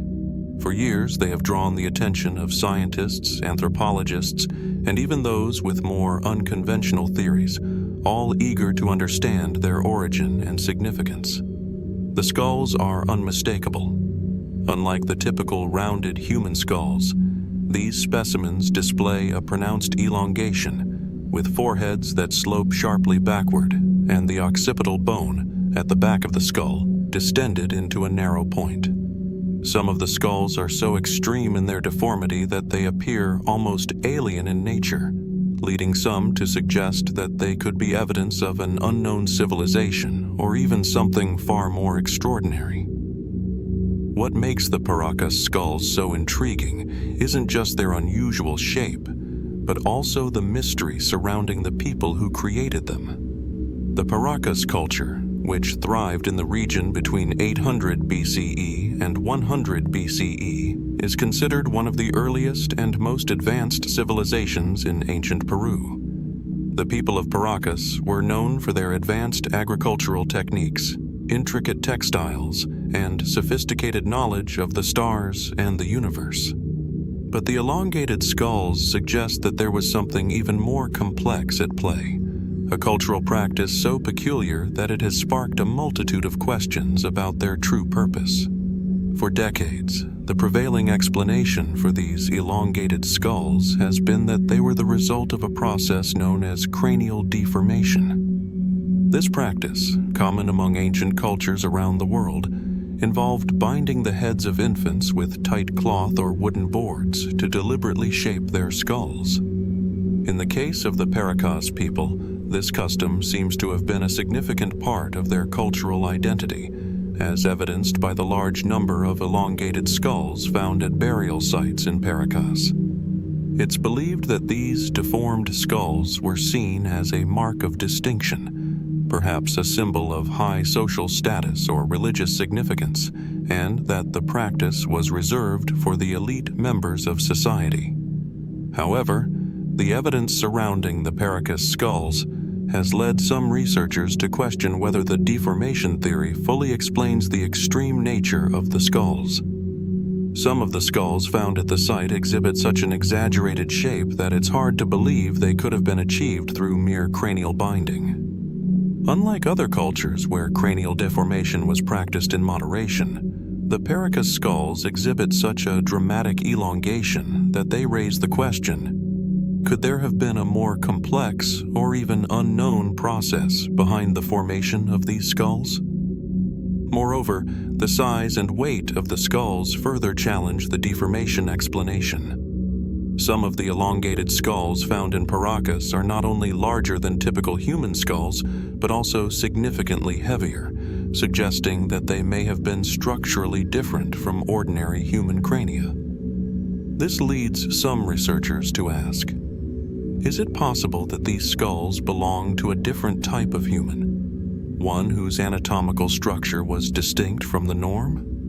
Could they represent a remnant of an ancient civilization with a radically different biological makeup, or perhaps even evidence of genetic mutation long before such phenomena were understood?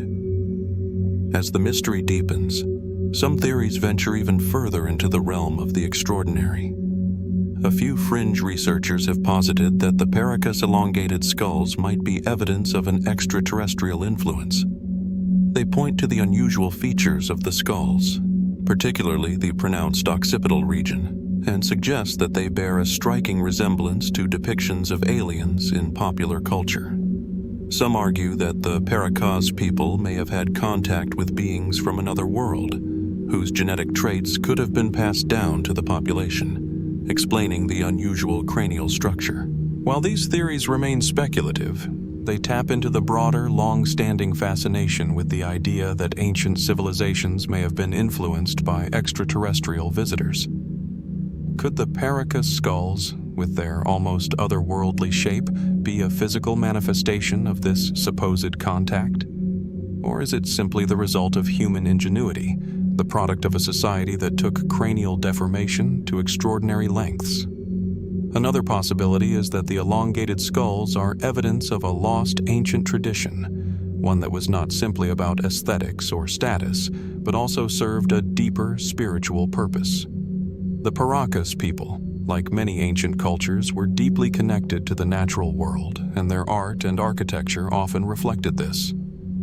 The sky, the stars, and the cosmos were central to their worldview, and the way they treated the dead, through elaborate burial practices and the creation of these skulls, might have had profound religious or symbolic meaning. Could the elongated skulls represent a connection to the divine, a physical manifestation of their reverence for the gods or celestial beings?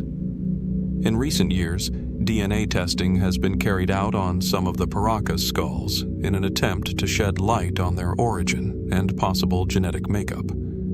Preliminary results have shown that some of the skulls do not appear to belong to the same genetic group as the surrounding population, suggesting that the Paracas people may have had foreign or distant origins. But the results remain inconclusive, and much about the identity and ancestry of the Paracas people remains a mystery. Moreover, the findings of the skulls have raised questions about the broader significance of this practice. The Paracas skulls are not an isolated case. Similar cranial deformation practices have been observed across the globe, from ancient Egypt to the indigenous peoples of North America. What does this widespread cultural phenomenon tell us about the ways in which ancient peoples viewed themselves, their bodies, and their place in the world? Was cranial deformation a universal desire to set one's self apart, to achieve a unique identity, or was it perhaps a spiritual or ritualistic endeavor, something that connected them to the divine, to the stars, or to something greater than themselves? As we continue to explore the mystery of the Paracas elongated skulls, one thing becomes clear: the answers are elusive. The further we delve into the past, the more questions seem to arise. Were the Paracas skulls a product of human hands, or do they point to something more mysterious and profound? Could there be a lost tradition, or an ancient civilization with knowledge beyond what we can comprehend today? Or do these skulls, with their alien-like shape, represent an even more remarkable connection to forces outside of our understanding? Whatever the truth may be, the Paracas elongated skulls remain a testament to the complexity and mystery of ancient human history. They challenge our assumptions, spark our imaginations, and remind us that the past, with all its mysteries, is never truly gone. In 2003, in the caves of the island of Flores, Indonesia, an extraordinary discovery was made that would challenge everything we thought we knew about human history. Deep inside the island's limestone caves, a team of archaeologists uncovered the skeletal remains of a small human-like creature that would soon become known as Homo floresiensis, or, as it is often referred to, the Hobbit. Standing at just over 3 feet tall and dating back approximately 10,000 years, this diminutive figure has sparked a debate that continues to reverberate through the scientific community. The skeleton, which belongs to a female individual, displayed a combination of features both familiar and baffling. While the creature's small stature and cranial features suggested it belonged to an ancient species of hominin, its skeletal structure revealed a number of unique traits that didn't fit neatly into the established categories of human evolution. The skull was small, with a receded forehead, and its brain capacity was about 1/3 that of modern humans.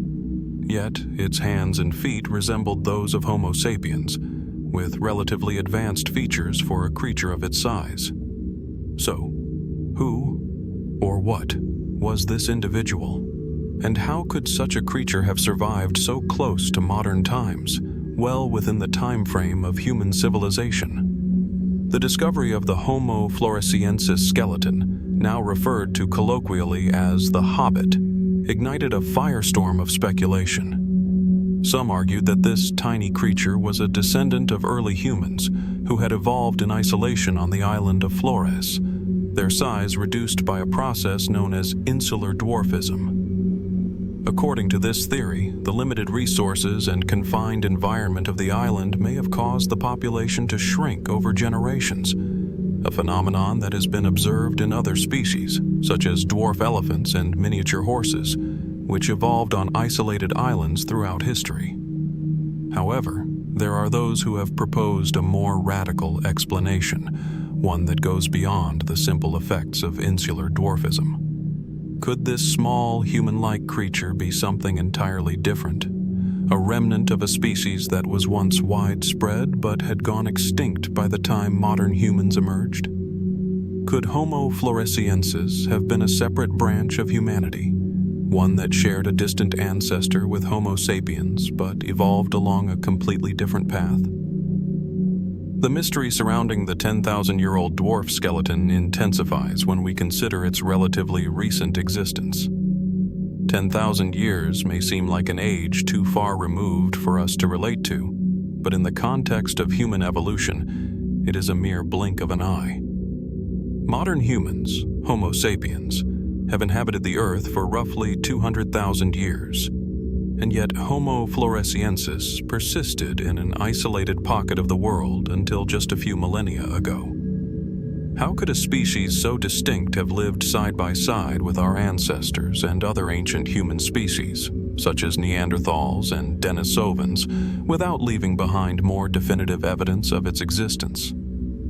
Adding to the mystery is the fact that there are no clear ancestors for Homo floresiensis. While we know that early hominins like Homo erectus spread across the globe, leaving footprints of human evolution in Africa, Asia, and Europe, no direct line between Homo sapiens and Homo floresiensis has been conclusively established. Some scientists propose that Homo floresiensis could be a descendant of an early, yet unidentified branch of the hominin tree, one that evolved independently in Southeast Asia. Alternatively, others suggest that the hobbits may have been an offshoot of Homo erectus, one of the earliest species to leave Africa, which somehow adapted to the island's isolated conditions in ways that were radically different from other human species. The implications of this discovery are far-reaching. If Homo floresiensis was indeed a distinct species, one that lived alongside early humans, it challenges our perception of what it means to be human. Could there have been multiple species of humans coexisting during a time when we believed we were the sole survivors of the genus Homo? And what about their potential interactions with other hominins, such as the Neanderthals or Denisovans? Were there moments of contact or even competition between these small island dwellers and the larger, more dominant human species that inhabited other parts of the world? Yet, the questions do not end with the species' origins or their interactions with other humans. One of the most intriguing aspects of the Homo floresiensis discovery is the possibility that these beings may have had some form of culture. Though no direct evidence has been found, it's not unreasonable to consider that such a sophisticated species, one that survived in an environment for thousands of years, might have developed tools, social structures, and even symbolic practices. After all, early humans, much like us, were not merely physical beings. They were thinkers, creators and communicators, capable of shaping their world in ways that often defy our expectations. Could the hobbits of Flores have had their own form of communication, passed down through generations of tiny humans living in a secluded world? What knowledge or skills might they have held that we have yet to discover? Archaeological digs on Flores have revealed some evidence of stone tools, but nothing substantial enough to prove the presence of a complex, fully developed culture. Still, the possibility looms. What if these tiny hominins had more to offer than just their physical remains?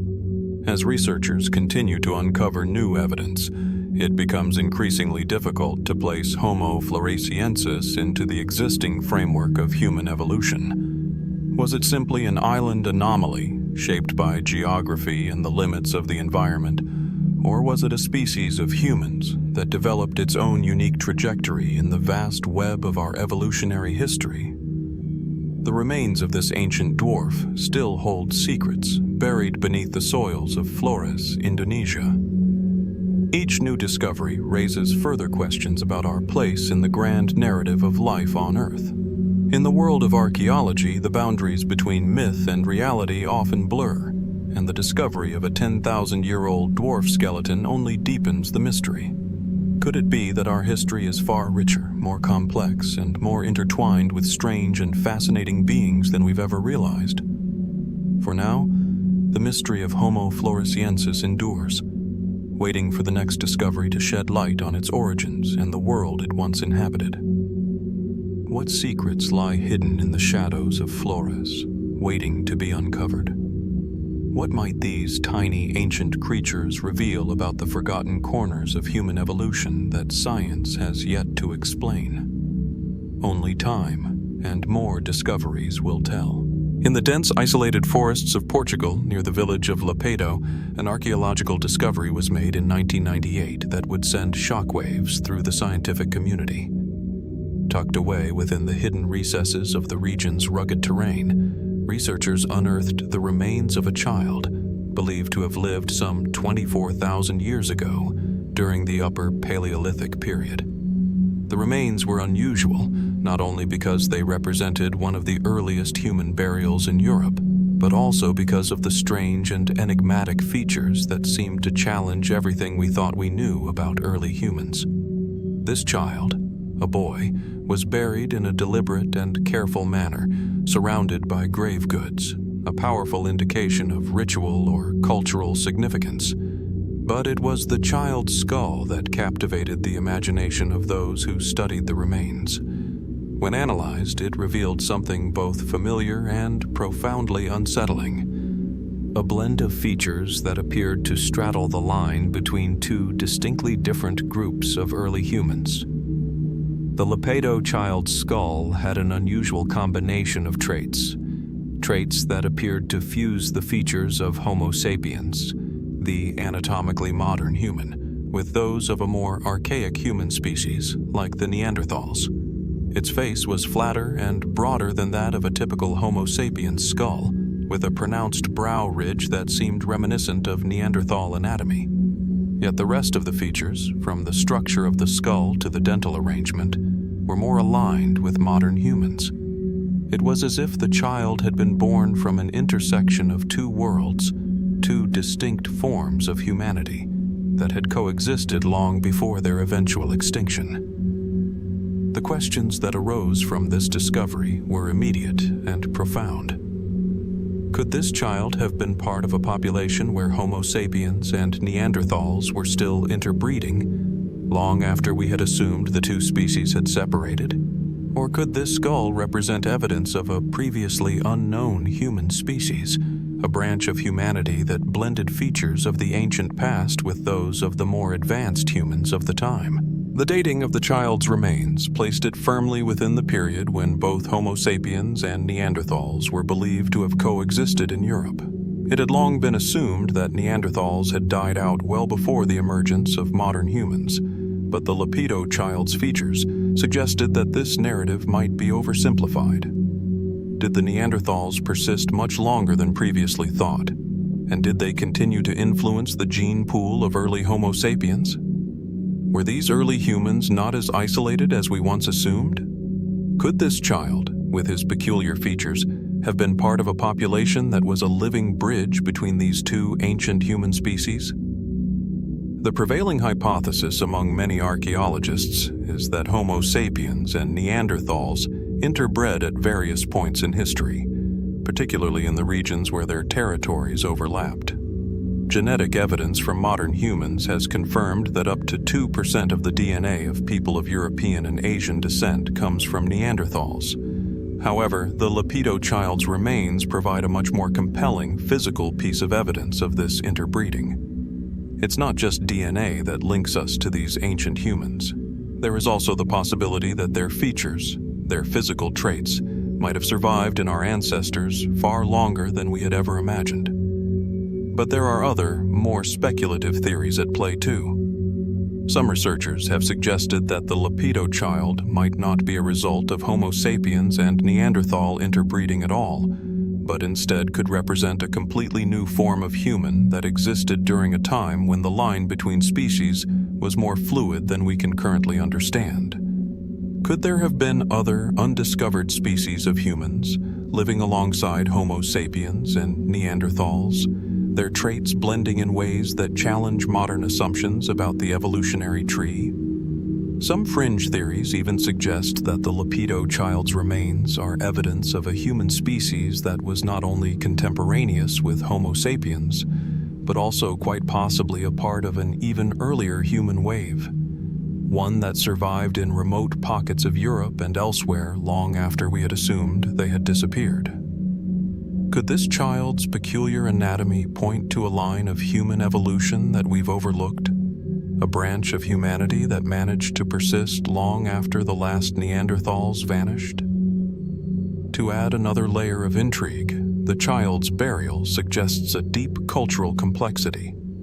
The careful placement of the body, along with the grave goods, implies that the Lapedo Child was not simply a member of a nomadic hunter-gatherer society. The grave was organized in a way that reflected deliberate, ritualistic behavior, something that we would typically associate with more developed societies. Did the people who buried the child possess more complex social structures and beliefs than we have been willing to credit them for? Or was this evidence of an ancient tradition passed down by a more advanced species of humans, one that operated on a cultural level that predated our assumptions? The mystery of the Lapedo Child does not end with these questions, nor is there any easy resolution to the paradox of his existence. Was this child truly a Neanderthal Homo sapiens hybrid, or does he represent something far more mysterious, an entirely new branch of humanity, one that was more interconnected and more fluid than we've been led to believe? The blend of physical features and burial practices continues to confound researchers, and each new layer of investigation only leads to more questions than answers. What remains most perplexing, however, is the absence of other remains like this one. If the Lapedo Child's features reflect a hybridization between Neanderthals and Homo sapiens, or even a previously unknown species, why aren't there more skeletons with similar characteristics? Did the child's group represent an isolated population, one that lived and died within a small pocket of Europe, leaving little to no trace behind? Or might there be other remains waiting to be uncovered, still buried deep in the earth, holding the key to this ancient puzzle? As the mystery of the Lapedo Child continues to unfold, it serves as a reminder of how much we still have to learn about the ancient world. With each discovery, we are forced to reconsider what we thought we knew about the story of human evolution. The child's strange features, his possible connection to both Homo sapiens and Neanderthals, and the cultural practices surrounding his burial all suggest that there is still much about our past that remains unknown. Perhaps the true story of human history is far more complex than we've imagined, and the Lapedo Child is only the first fragment of a much larger puzzle, one that might hold the key to unraveling the deepest mysteries of our origins. In the heart of Romania, nestled within the historic city of Sibiu, a discovery was made in the early 2000s that has since captivated archaeologists, linguists, and historians alike. It began with the uncovering of an old, seemingly innocuous manuscript, its origins shrouded in mystery, its language foreign, and its symbols perplexing. Known today as the Sibiu Manuscript, this artifact poses a riddle that has yet to be solved, an enigma that challenges not only our understanding of language, but also the very fabric of history itself. The manuscript itself is a collection of pages, preserved in a form that seems almost out of place for its time. Written in an unknown script, the markings on the parchment do not correspond to any known language or writing system from the region, nor do they align with any historical period's established writing conventions. The strange symbols are arranged in a manner that is clearly intentional, suggesting they hold meaning, but the meaning itself remains elusive. What makes the Sibiu manuscript particularly captivating is the fact that it seems to blur the lines between known history and something else entirely. The city of Sibiu, once a thriving center of medieval Europe, offers little explanation for the sudden appearance of this text, and there is no clear record of its creation in the historical documents that have been carefully preserved. In fact, many scholars question whether the manuscript was even written by humans at all. Could it have been a lost relic from an ancient civilization far older than we know? Or is it possible that it represents something even more extraordinary, perhaps a glimpse into an alternate form of communication, one that transcends time and space? The first documented sightings of the Sibiu manuscript trace back to the 19th century, when a local historian stumbled upon the relic buried within a forgotten chest in the archives of a nearby monastery. This seemingly unremarkable discovery sparked little interest at the time, but as its contents began to be studied in more detail, the mystery deepened. Early attempts to decipher the symbols yielded no results. No recognizable patterns emerged, and no connections could be drawn to any ancient languages or scripts known to history. As the years passed, more and more researchers came to take an interest in the manuscript. Linguists tried their hand at deciphering the symbols, anthropologists considered its cultural context, and archaeologists questioned how such a relic had remained hidden for so long. Yet, despite all their efforts, no definitive translation emerged. The question remained: what, if anything, did this cryptic text mean? Some scholars have suggested that the manuscript may contain elements of a long-lost language, perhaps tied to an ancient culture that once thrived in the region but whose records have since vanished. The Romanian region, after all, has seen the rise and fall of numerous civilizations, from the Dacians to the Roman Empire, and it is not beyond the realm of possibility that a forgotten language, once common among the peoples of the region, might have been preserved in this singular artifact. Yet, despite extensive comparison with known ancient languages, no direct match has ever been found. Even the mysterious script's form appears to defy classification, with symbols that seem to be hybrids of various alphabetic and pictographic writing systems, further complicating efforts to decode it. Some have proposed more radical theories. Could the Sibiu manuscript be evidence of a much older civilization, one whose existence has not yet been uncovered?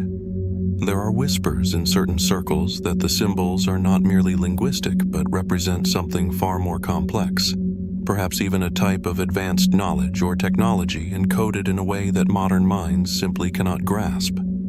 Some have even suggested that the manuscript might be a type of message left by an unknown civilization with advanced mathematical or scientific knowledge so far beyond our comprehension that it's difficult to interpret with our current understanding. Adding fuel to this fire is the peculiar way the manuscript seems to defy conventional chronology. While the materials of the manuscript itself date to the medieval period, the language and script appear to be far older, leading some to speculate that the text might be a remnant of a forgotten epic, one whose cultural and technological achievements were far more advanced than anything we thought possible for that time. Could this be evidence of a lost civilization? One whose knowledge was buried so deeply in the sands of time that we are only now beginning to unearth fragments of it? What complicates the search for answers even further is the manuscript's odd and at times unnerving resonance with certain astronomical phenomena.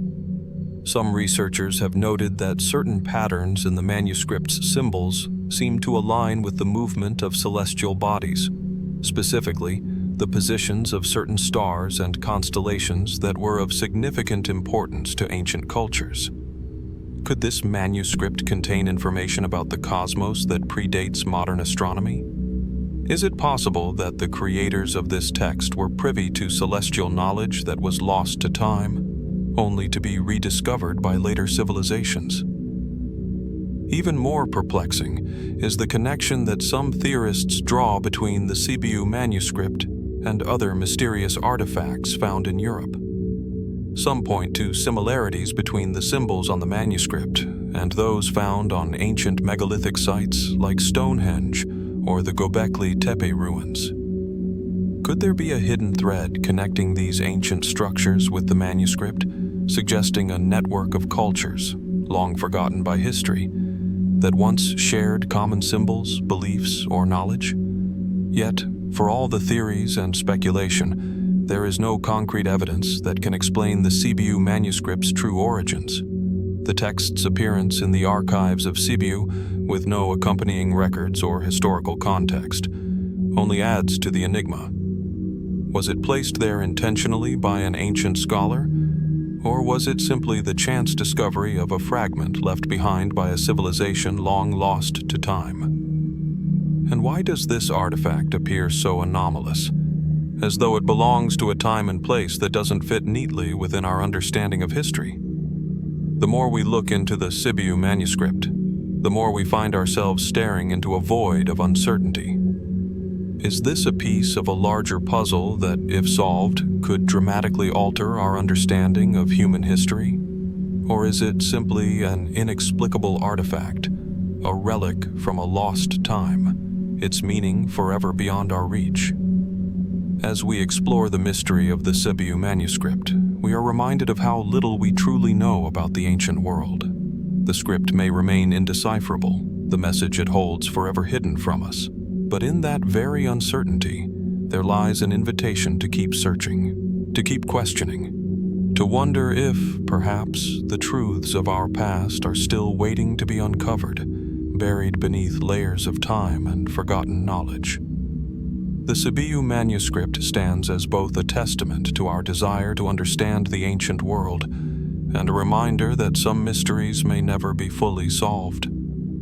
Yet, as long as they remain, they continue to beckon us toward the unknown. Deep in the heart of the rugged deserts of southern Texas lies a place of extraordinary significance, yet one that has remained relatively unknown to the wider world. The White Shaman Rock, located in the Rio Grande Valley, is a site that has baffled researchers and archaeologists for decades. This massive rock outcrop, which rises above the surrounding landscape, is adorned with a series of ancient pictographs, painted symbols whose meanings and origins continue to elude modern understanding. The rock itself is unassuming in many ways, but its markings, etched in ochre and other pigments, stand as a testament to a culture long vanished from the historical record. The art is not merely decorative. It is a complex system of symbols that seems to tell a story that stretches back thousands of years.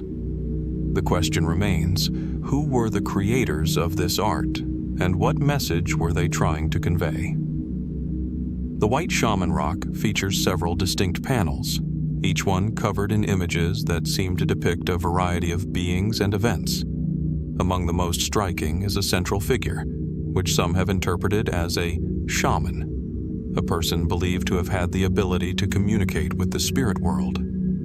Surrounding this figure are numerous other symbols, some of which seem to resemble animals, while others appear more abstract in nature. There are serpents, human-like forms, and enigmatic figures that seem to defy explanation. The intricate patterns and composition of the artwork suggest that it was not merely a random display, but rather a carefully planned and deliberate creation, designed to convey a deep symbolic meaning. While the exact age of the white shaman rock paintings remains uncertain, most estimates place them at around 4,000 years old, with some suggesting that they could even date back as far as 6,000 years. This puts them among the oldest known examples of rock art in North America. The fact that the paintings have survived for so long, weathering the harsh conditions of the desert, where temperatures can soar to extreme highs during the day and plummet at night, is a testament to the durability of the materials and the importance of the site to those who created it. For years, scholars have attempted to decipher the meanings of the symbols on the rock.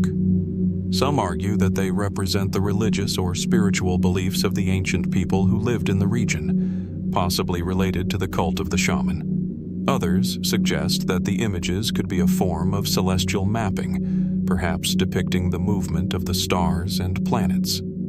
The presence of serpentine motifs, in particular, has led some researchers to speculate that the artwork may have been linked to early rituals or ceremonies involving the cycle of life and death, or the seasons of nature. The central shaman figure, with its outstretched arms, might symbolize a connection between the human and spiritual realms, a ritualistic figure performing an act of communication with the gods or the forces of nature. But for all the theories, none of them fully explain the true meaning of the white shaman rock's intricate paintings. The rock art seems to transcend simple explanation, inviting speculation about its deeper, more elusive significance. Could it be that the artists who created this site were recording not just their everyday lives, but something far more mysterious, perhaps even an encounter with a world beyond their own? The rock art is not alone. Nearby, other examples of ancient pictographs have been discovered, some bearing similar motifs and themes. However, the white shaman rock stands apart due to the complexity and sophistication of its designs. It raises questions not only about the specific culture that created it, but also about the larger role of art and ritual in ancient societies across the Americas. Were these paintings part of a broader tradition of rock art that spanned the continent? Or were they the work of a unique and isolated culture whose beliefs and practices have since been lost to history? Some fringe theories take the mystery even further, suggesting that the white shaman rock could be evidence of an even more extraordinary connection, one that links these ancient peoples to a lost civilization or even extraterrestrial visitors. While these ideas remain speculative and unproven, they highlight the intrigue and mystery that surround the rock art. After all, some of the symbols depicted on the rock are so strange, so otherworldly, that they seem to stretch the boundaries of what we understand about ancient art and symbolism. Could the figures and animals depicted in the artwork represent something other than earthly beings? Could they be representations of entities from a distant time or space, their true identity hidden behind symbols that we are only beginning to understand? In addition to its strange symbolism, the location of the white shaman rock has raised further questions. The Rio Grande Valley is an area rich in history, and its archaeological significance extends far beyond this one site. The valley was home to numerous indigenous cultures, some of which have left behind intricate, mysterious artifacts and structures. Yet the connection between the white shaman rock and the other cultural sites in the region remains unclear. What made this particular site so special? What was it about this location that inspired such elaborate and seemingly profound artwork? One theory suggests that the rock was a site of ritual significance, a place where the ancient people of the region came to perform ceremonies or connect with the supernatural world.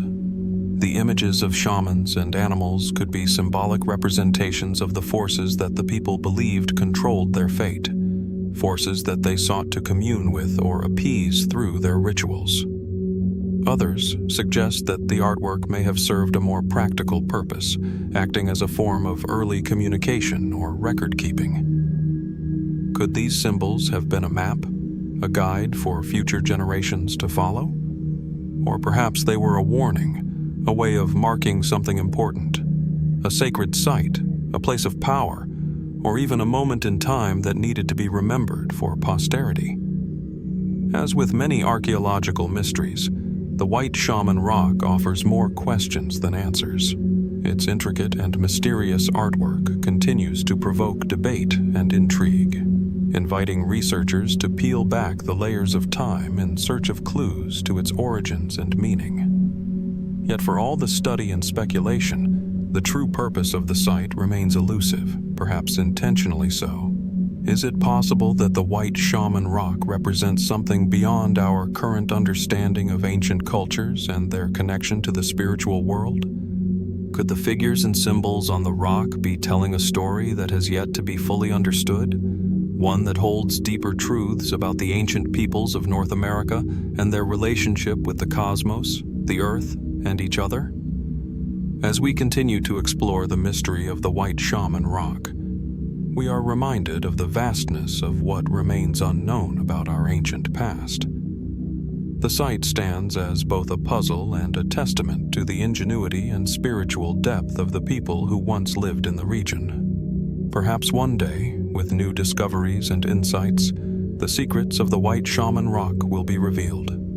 But for now, it remains a haunting reminder that there is still much we have yet to uncover about the ancient world and the people who inhabited it. High in the snow-capped mountains of the Indian Himalayas, at an altitude of over 16,000 feet, lies a chilling and mysterious site, Roopkund Lake. Known to locals as the Skeleton Lake, this remote body of water holds an eerie secret.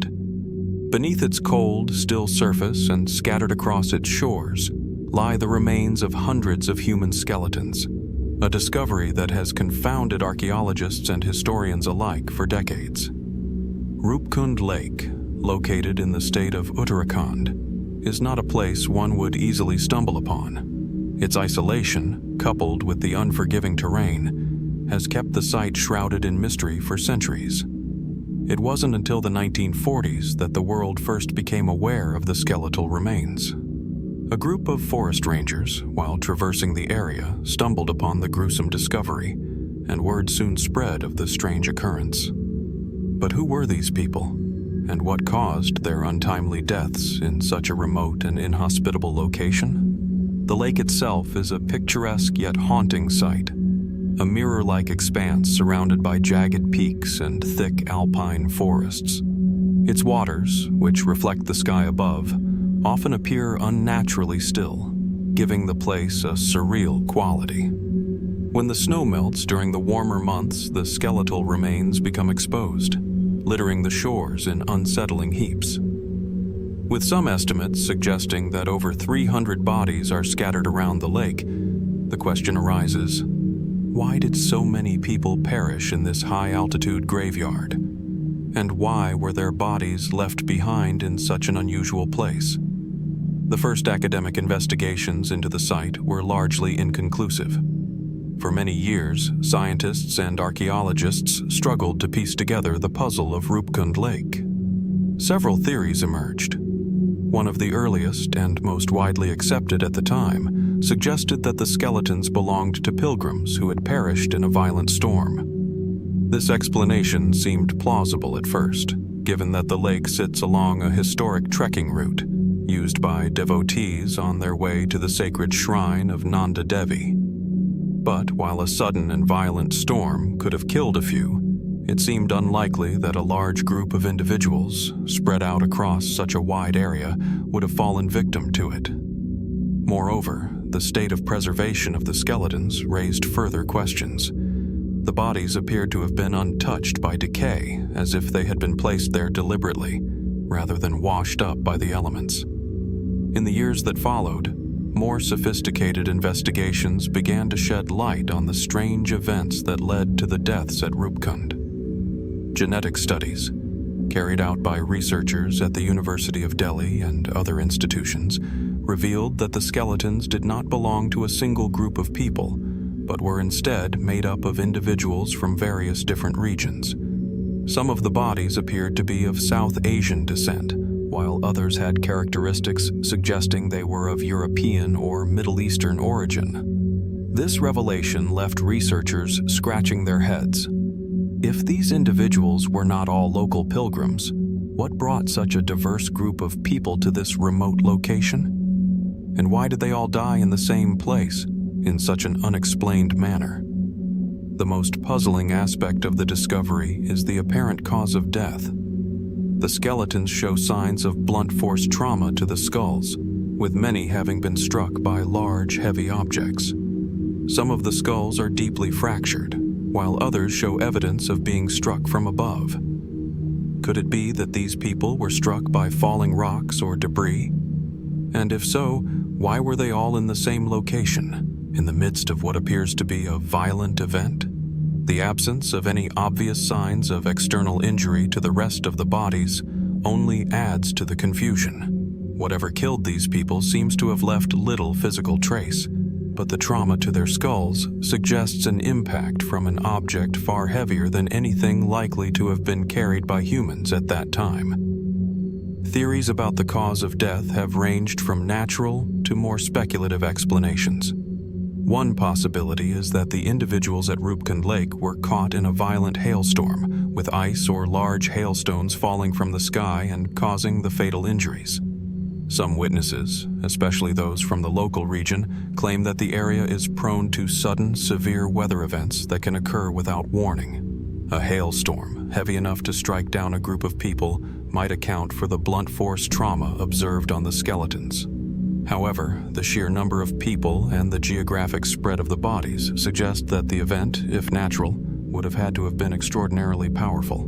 Another, more far-fetched theory suggests that the deaths were the result of a ritual sacrifice or mass killing. Some argue that the skeletons may belong to an ancient group that practiced human sacrifice, possibly as part of a religious or cultural tradition. In this theory, the bodies were left behind intentionally, either as part of the ritual or to avoid contamination after death. While there is little evidence to support this theory, the idea of ritual sacrifice has been invoked to explain other unexplained archaeological sites throughout history, such as the remains found at Chichen Itza or Machu Picchu.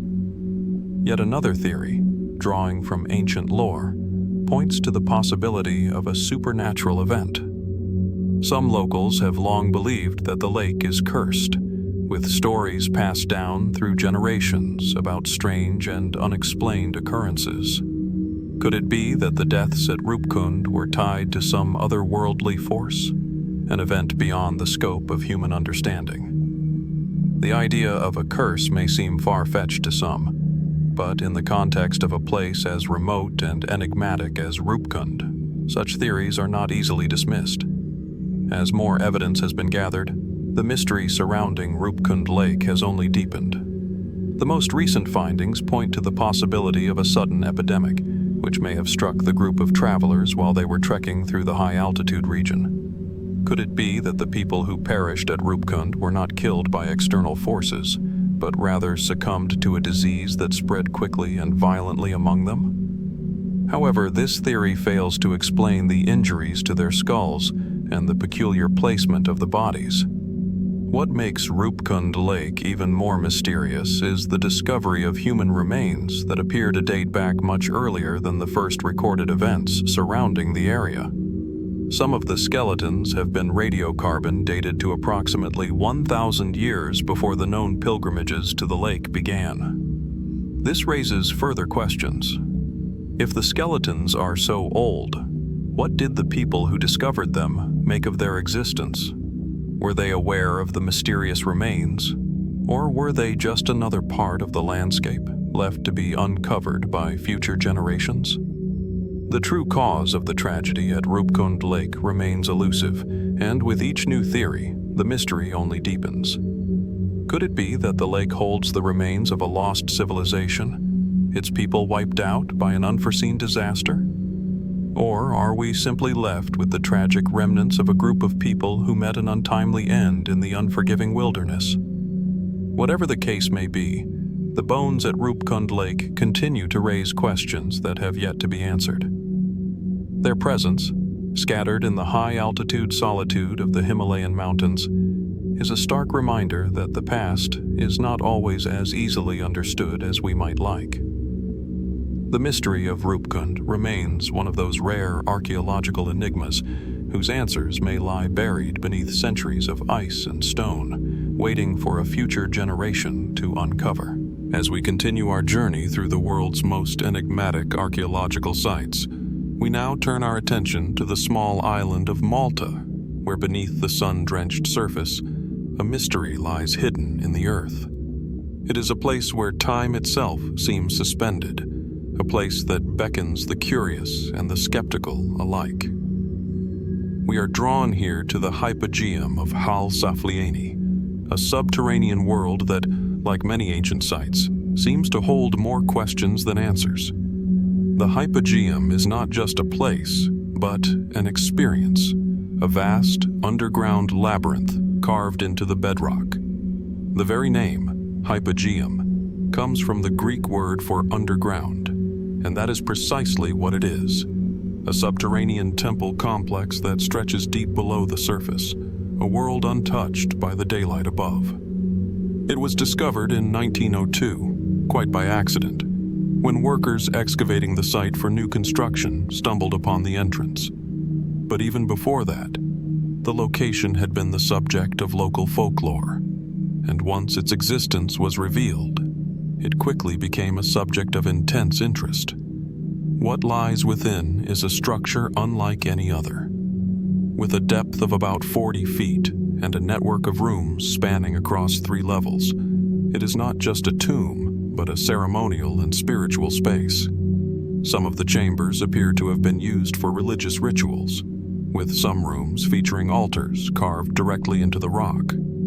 In others, intricate paintings and carvings of animals, human figures, and abstract symbols adorn the walls. These motifs hint at a belief system that remains obscure to this day. The most striking feature of the Hypogeum is its construction. The site was built with an astounding level of precision, using tools that, by all accounts, should not have been able to achieve such finesse. The walls are smooth, the edges sharp, and the spaces themselves seemingly too intricate for the tools of its presumed builders. The size and the accuracy of the chambers suggest an advanced knowledge of engineering, which many archaeologists agree was beyond the capabilities of the period. Yet, while this is all undeniably fascinating, it is also where things start to get strange. Some scholars suggest that the Hypogeum was constructed around 3000 BCE, placing it within the prehistoric era. However, there is a level of uncertainty that clings to this timeline. The methods used to carve the chambers are so advanced it raises the question, could this be the work of an advanced civilization? If so, what happened to it? Beyond the sheer scale of its design, the Hypogeum is also renowned for something far more unusual: the acoustics. Visitors who enter the site for the first time often remark on the eerie, almost supernatural quality of the sound within. Voices in the Hypogeum seem to carry in strange ways. Certain chambers, known as vocal rooms, amplify sounds in an almost unnerving manner. Scholars have suggested that these chambers may have been specifically designed for acoustical purposes, perhaps to enhance rituals or ceremonies. But why? It is this aspect of the Hypogeum that raises even more intriguing questions. Some researchers speculate that the ancient builders may have had a profound understanding of sound frequencies and how they could be used in spiritual practices. Could sound itself have been a key part of the ceremonies held in these subterranean halls? Could they have used certain frequencies to induce trance-like states, or even to communicate with the divine? Another layer to this mystery is the discovery of a vast array of human remains within the Hypogeum. Thousands of bones have been found, many of them belonging to adults, but also to children. Some were found in deliberately arranged tombs, while others were placed in mass burial pits. the human remains suggest that the Hypogeum was not merely a ceremonial site, but also a place of death and the afterlife. However, the sheer number of remains, especially the children, raises questions about the nature of the rites performed here. What was the significance of such large-scale burial? Were these people sacrificed? Or was it a society's attempt to honor their dead in a manner that we cannot fully comprehend? One of the most tantalizing aspects of the Hypogeum is the fact that it predates many of the other ancient civilizations that we typically associate with grand architecture and intricate belief systems. This was not the work of the Egyptians or the Sumerians, cultures with which we are more familiar in the context of early human history. The people who built the Hypogeum are shrouded in mystery. They left no written records, no clear legacy in the form of monuments or artifacts to explain their motives or their methods. All we have are the walls of the Hypogeum, whispering only fragments of their secrets. As we delve deeper into the mystery, some suggest that the Hypogeum was part of a wider network of sacred sites across the Mediterranean.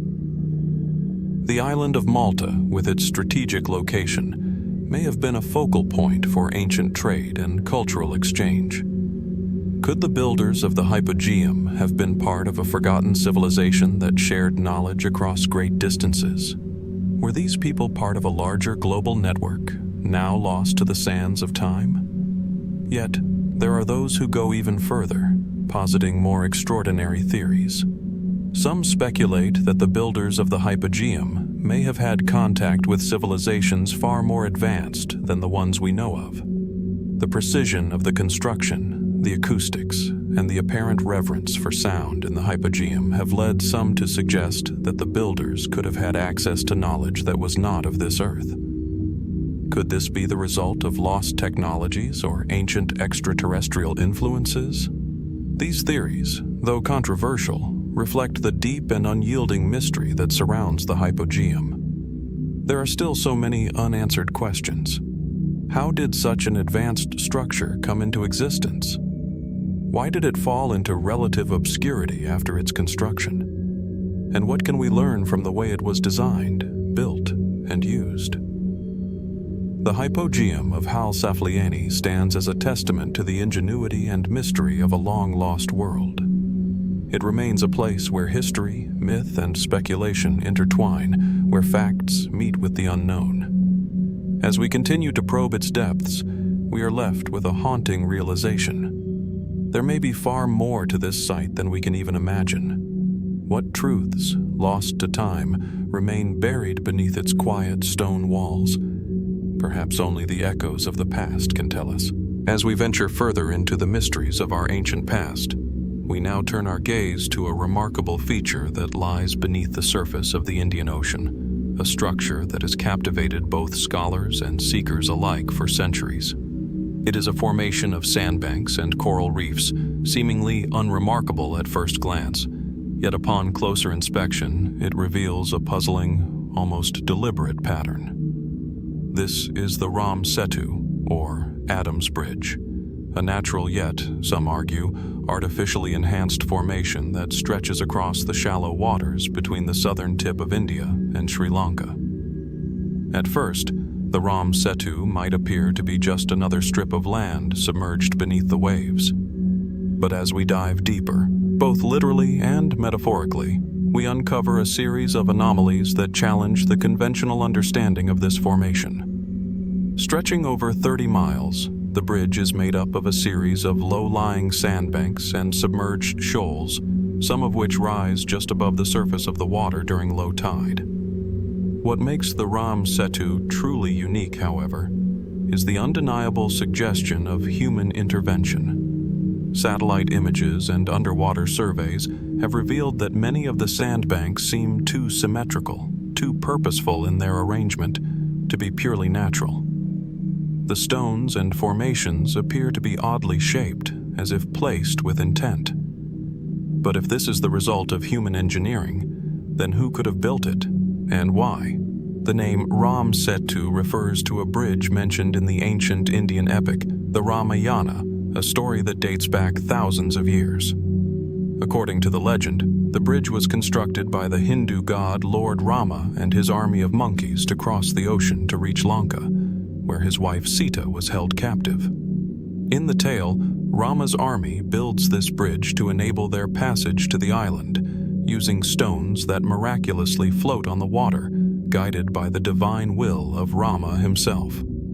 For centuries, this legend has been viewed as myth, a poetic tale of divine heroism and adventure. But with the discovery of the Ram Setu, some have begun to wonder whether the story might not be a symbolic representation of an actual ancient bridge, perhaps built by a civilization long forgotten. Archaeologists and historians are divided on the issue. Some suggest that the formation is purely natural, a product of geological processes that have taken place over millions of years.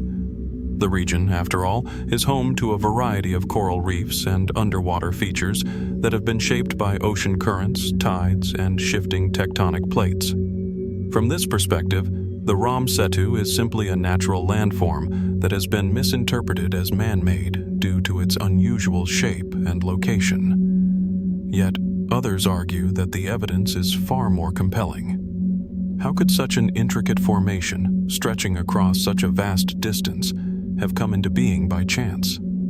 The alignment of the sandbanks, their regularity, and the suggestion of human-like craftsmanship raise the possibility that this could be the work of an ancient civilization, one that possessed knowledge and technology far beyond what we attribute to the people of that era.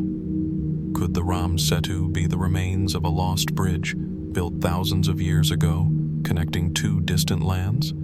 And if so, who were the builders, and what happened to them? The mystery deepens when we examine the stone-like structures that lie beneath the water's surface. Scattered across the submerged area are large, flat stones, many of which appear to be deliberately placed. Some of these stones are reported to resemble blocks of a man-made structure, with sharp edges and a uniform shape, features that seem at odds with the natural processes of erosion. Could these stones be remnants of an ancient bridge, or perhaps the foundation of a long-lost civilization? Furthermore, the geological composition of the area also raises questions. The sandbanks and coral formations in the region are composed of materials that are distinct from those typically found in natural reef structures. Some researchers have pointed out that the sandbanks appear to have been artificially altered or placed to create a specific structure, further suggesting that this could be the work of a highly advanced culture. What tools, methods, and resources did they possess to construct such a feat? As we dive deeper into the enigma of the Ram Setu, we encounter theories that stretch the boundaries of conventional archaeology. Some fringe researchers claim that the Ram Setu is far older than most mainstream scientists are willing to accept. Radiocarbon dating of coral samples in the area has yielded results that suggest the formation could be at least 7,000 years old, much older than most human settlements in the region. If these dates are accurate, it would place the construction of the bridge at a time when the civilizations of the ancient world were only beginning to emerge. Could the builders of the Ram Setu have been part of a lost civilization, one whose technological and cultural achievements have been erased by time? Others have suggested more outlandish possibilities. Could the Ram Setu be the remnants of a bridge built by extraterrestrial beings? After all, the precision of the stonework and the apparent design of the sandbanks have led some to speculate that this formation is too perfect to be the result of ancient human endeavor. Perhaps the bridge was not constructed by earthly hands, but by beings with knowledge far beyond our own. Yet there is another theory, one that intertwines with the legends of the region. Some believe that the Ram Setu was not simply a physical structure, but a symbol of a spiritual connection between two worlds, the human world and the divine. In this view, the bridge might not have been intended for physical transportation, but for spiritual journeys, perhaps serving as a passage between life and death, or between the earthly realm and the gods. Could it be that the Ram Setu was part of a larger, forgotten belief system? One that held the key to understanding the relationship between the physical and the divine? As we consider all these theories, we are left with more questions than answers. The Ram Setu remains an enduring mystery, a structure that seems to defy easy categorization, bridging the gap between myth and history, between the natural and the supernatural. Was it built by an ancient civilization, or is it merely a geological curiosity? Was it part of a grand architectural vision, or does it carry a deeper spiritual significance? The true story of the Ram Setu may lie buried beneath centuries of shifting sands and salt water. And as we continue to probe the depths of this enigma, we are reminded that sometimes the most compelling mysteries are the ones that refuse to be solved, inviting us to keep searching for truths that might still be hidden beneath the surface. Our exploration takes us now to the highlands of Peru, where the ancient city of Cusco once stood at the heart of the Inca Empire. Nestled just outside this city lies one of the most striking and mysterious archaeological sites in South America, the Sacsayhuamán Walls. To this day, these massive stone structures remain a testament to the engineering prowess of a civilization that has left behind very few written records. The Sacsayhuamán complex, perched on a hill overlooking Cusco, consists of a series of colossal, carefully shaped stones stacked together in a precise formation. What sets the Sacsayhuamán Walls apart from other ancient stone constructions around the world is their sheer scale, the precision of the masonry, and the seeming impossibility of their construction methods. These walls are not only vast, they are composed of stones that weigh several tons each, with some blocks estimated to weigh over 100 tons. At first glance, the walls may appear to be the product of a highly skilled workforce, perhaps chiseled by primitive tools. But the closer we look, the more perplexing the construction becomes. The stones, some of them measuring over 12 feet in height and 20 feet in length, are so precisely cut and shaped that it's almost impossible to slip even the thinnest piece of paper between them. There is no mortar holding them together. Instead, the stones fit so perfectly that they seem to be held in place by sheer friction. The precision is so exact that, in some places, the stones are able to resist earthquakes without shifting or collapsing, an impressive feat considering the seismic activity of the region. How did the Inca, who were not known for writing, manage such precision? What tools and techniques did they possess to shape these massive stones with such accuracy? And perhaps most baffling of all, how did they transport these enormous blocks to the site? The traditional explanation, widely accepted by historians and archaeologists, suggests that the Incas employed a combination of manual labor, ramps, levers, and ropes to transport the stones to Sacsayhuamán. This would have required an immense amount of coordination, manpower, and ingenuity. It is assumed that the stones were quarried from nearby hills, some of which were over a mile away, and were then dragged or rolled into place. However, this theory doesn't fully account for the sheer scale and complexity of the task. How did such a relatively small civilization, with limited technological resources, manage to move such massive stones over great distances without modern machinery? As we dig deeper into the mystery, we find that there are more unanswered questions about the construction of Sacsayhuamán. Despite the skillful cutting of the stones, the Incas didn't leave behind any evidence of the tools they used to shape them. No chisels, hammers, or saws have been found at the site, only primitive bronze tools that would have been ineffective on such hard stone. It is almost as though the method of shaping the stones remains hidden from us, obscured by time. The idea of a forgotten technique, perhaps lost to the ages, begins to take root. Could the Incas have possessed a technology we've yet to understand, or even rediscovered an ancient technique long forgotten by modern civilizations? The precision of the stonework seems to suggest a level of craftsmanship that goes beyond the capabilities of even the most advanced ancient tools we know of.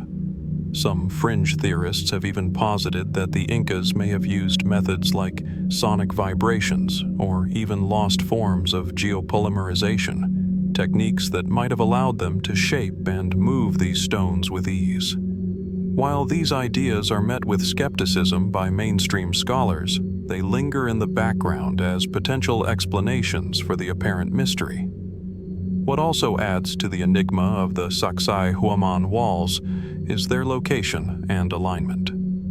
The walls themselves seem to form a series of terraces, each one rising above the other, with stones arranged in a zigzag pattern that some believe could be symbolic.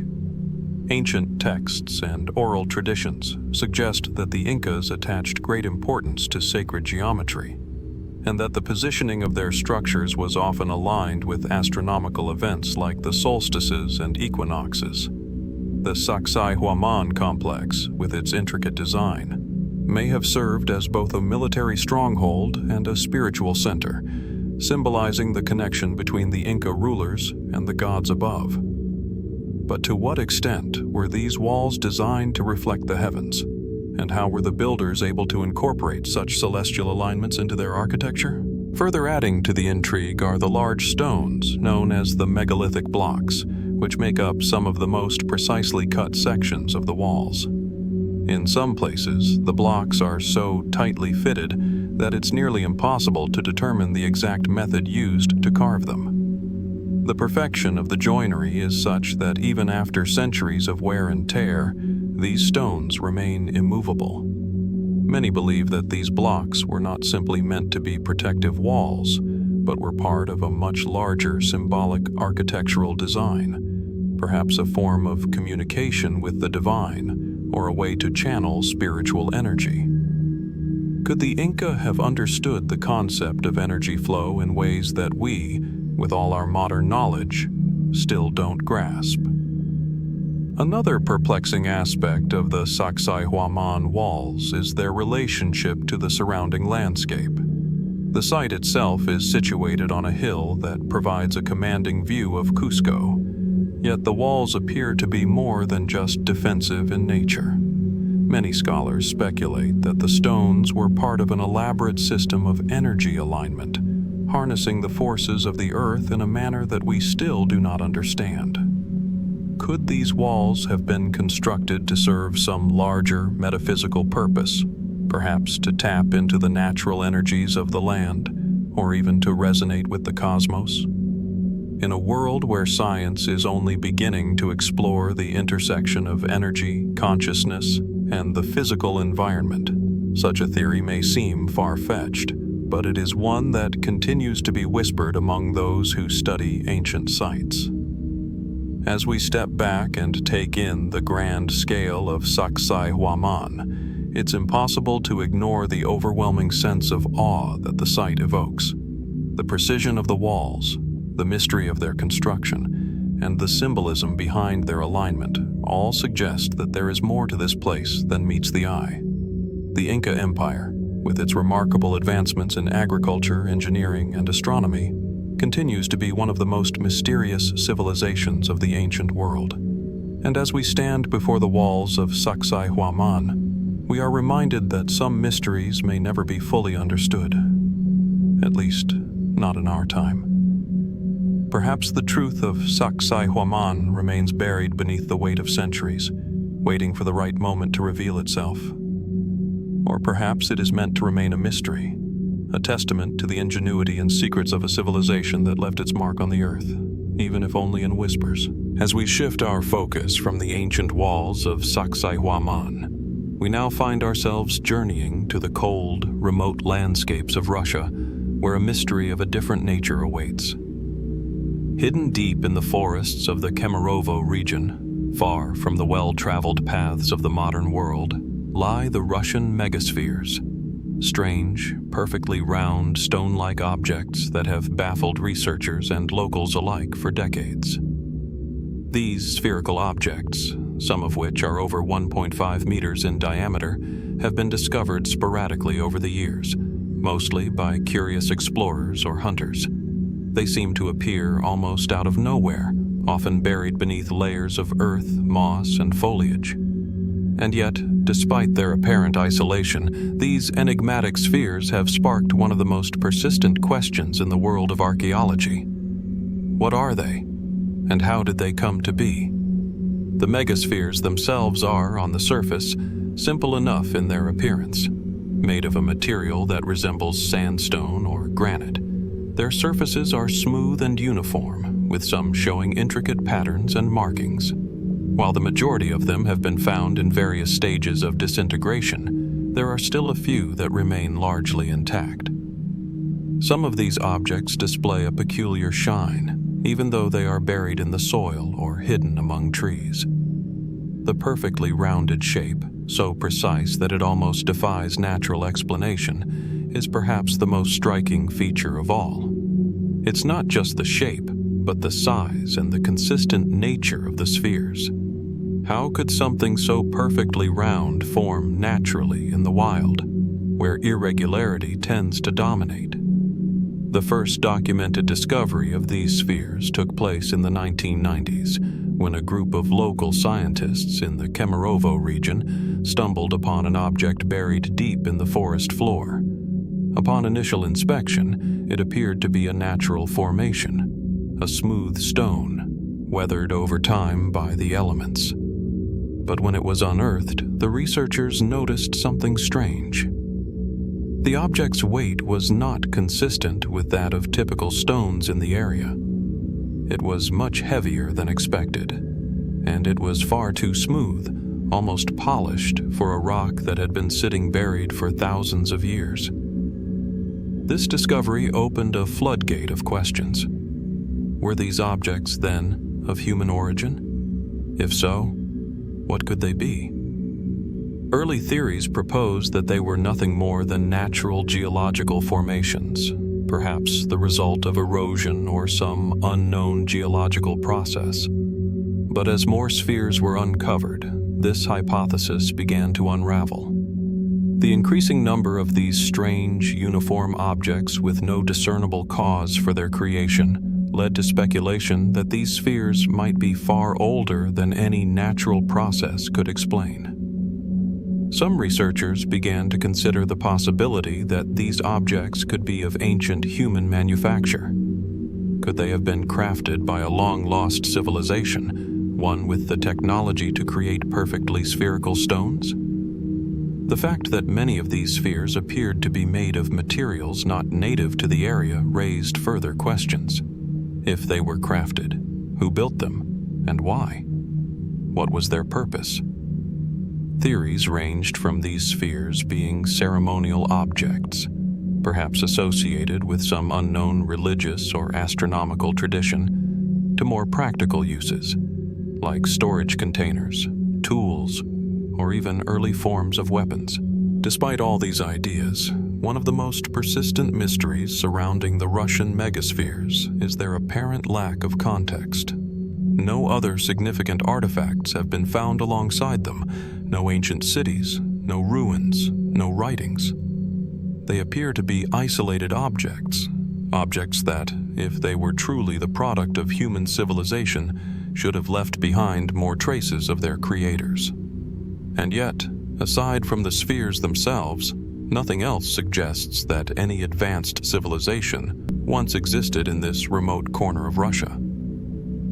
As researchers delved further into these objects, some began to entertain more extraordinary theories, ones that venture beyond the realms of conventional archaeology.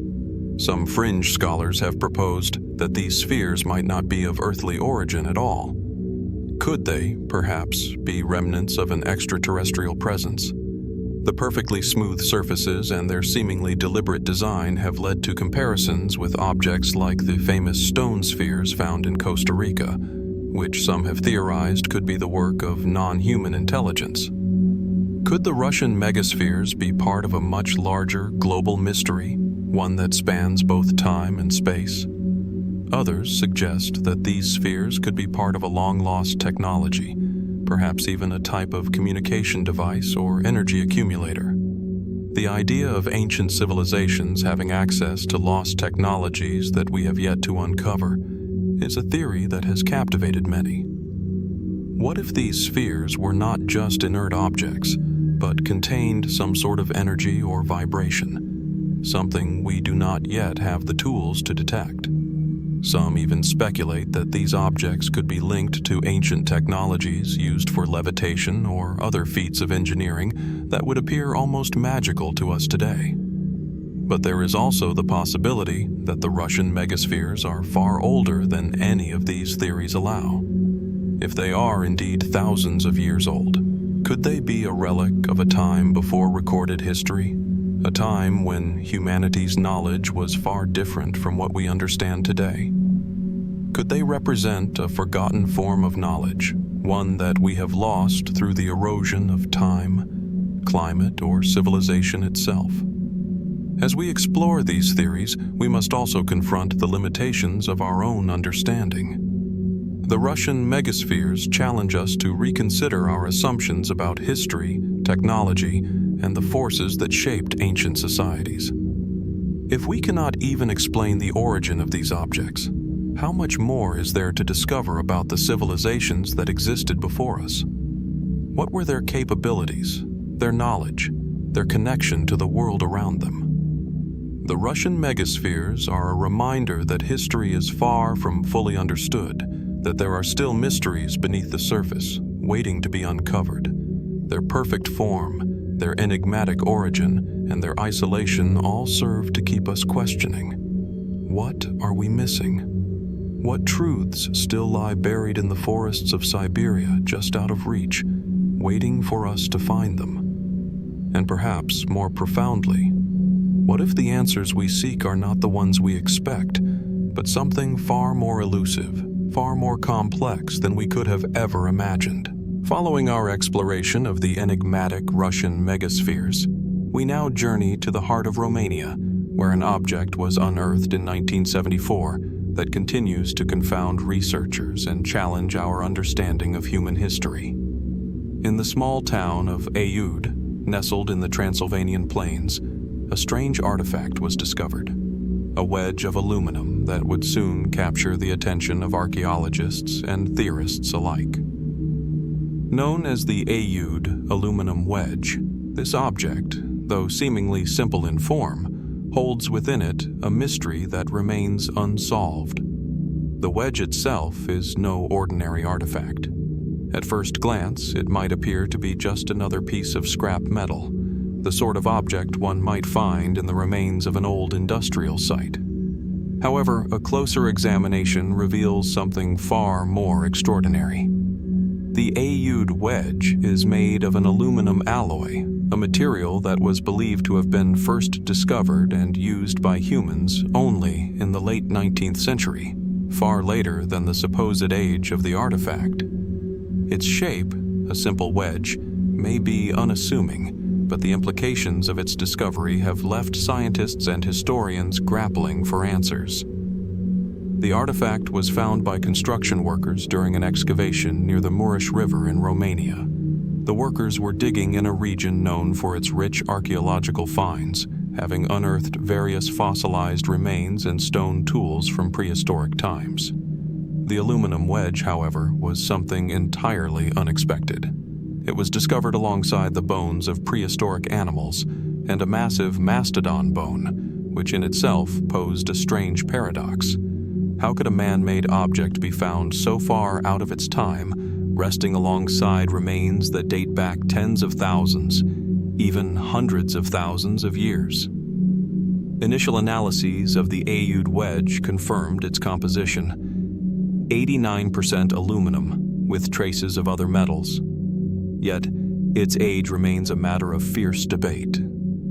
Standard radiocarbon dating techniques are unable to provide definitive results on the artifact's age, but its association with the mastodon bone and other Pleistocene-era remains suggests that it might have been buried during a period well before the modern use of aluminum in human industry. How could this be? If the wedge is indeed ancient, It would imply the existence of advanced metallurgy thousands, if not tens of thousands, of years before humanity was thought to have developed such techniques. Some of the most compelling questions surrounding the Aiud aluminum wedge revolve around its material composition. Aluminum, in its pure form, is not found naturally in the Earth's crust. It is typically produced through advanced smelting processes that humans only mastered relatively recently. In the early 19th century, chemists discovered how to extract pure aluminum from its ores. But to think that such a process could have been achieved during the Pleistocene era is almost unthinkable. Could it be that the ancient world possessed a form of technology far more advanced than we are willing to accept? Or is there another explanation, one that perhaps involves an entirely different civilization, one whose existence has left no other trace? As we examine the facts, the mysteries only deepen. Some mainstream archaeologists suggest that the wedge is likely a more recent object that somehow ended up in the Earth, possibly through human activity in the 20th century. Yet, this theory does not fully account for the strange circumstances surrounding the discovery. The object was buried deep in sediment, in a location where modern interference would be highly unlikely. Furthermore, there is no documented historical evidence suggesting that such an object had been lost or discarded by any industrial activity in the area. And while it is true that some artifacts do occasionally find their way into unexpected places, the unusual characteristics of the wedge, combined with the ancient context in which it was found, make this explanation difficult to accept fully. This brings us to the possibility of more speculative theories, ones that, though often dismissed, continue to fascinate those who question conventional history. One such theory posits that the Aiud wedge could be evidence of an ancient civilization that possessed advanced knowledge and technology far beyond what we have attributed to early humans.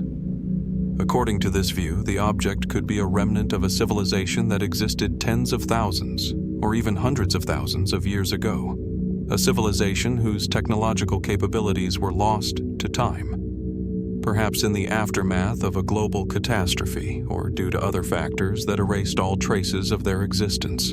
Could this civilization have discovered the secrets of metallurgy and advanced materials far earlier than we thought? And if so, why have we found no other signs of their presence? Could the Aiud wedge be a rare surviving fragment of a lost history? A piece of the puzzle that doesn't quite fit into the narrative of human development as we know it? Another theory ventures even further into the realm of the fantastical, suggesting that the object could be of extraterrestrial origin. While this idea is largely relegated to fringe speculation, it raises intriguing possibilities. What if the Aiud aluminum wedge is not the product of human hands at all, but a relic from a visit to Earth by an advanced extraterrestrial civilization? The perfectly crafted nature of the wedge, combined with the strange discrepancy between its material and the expected timeline, has led some to consider the possibility that humanity's ancient ancestors were not the only intelligent beings on Earth. Perhaps we were visited by other, more technologically advanced entities who left behind evidence of their brief presence. While this theory has little empirical support, it does speak to a larger question about the nature of our understanding of history. How many other ancient artifacts, lost in time, might be hiding secrets that challenge everything we know about human development? How many other mysterious objects like the Aiud wedge remain buried in the earth, waiting to be discovered and potentially rewrite our understanding of the past? But for now, the Aiud aluminum wedge remains an enigma, a relic that defies easy explanation. Its exact age, its purpose, and its origins continue to elude us, locked within the layers of earth and time. Perhaps, in the future, we will find the answers that currently escape us, or perhaps the wedge will remain one of the great mysteries of archaeology, a tantalizing puzzle that offers more questions than it does answers. For now, the question stands: could this object, so far ahead of its time, be the key to understanding a forgotten chapter of human history? Or could it be evidence of something even more extraordinary? Whatever the answer, the Aoud aluminum wedge remains an artifact that challenges us to look beyond the boundaries of what we think we know about the ancient world and its untold secrets.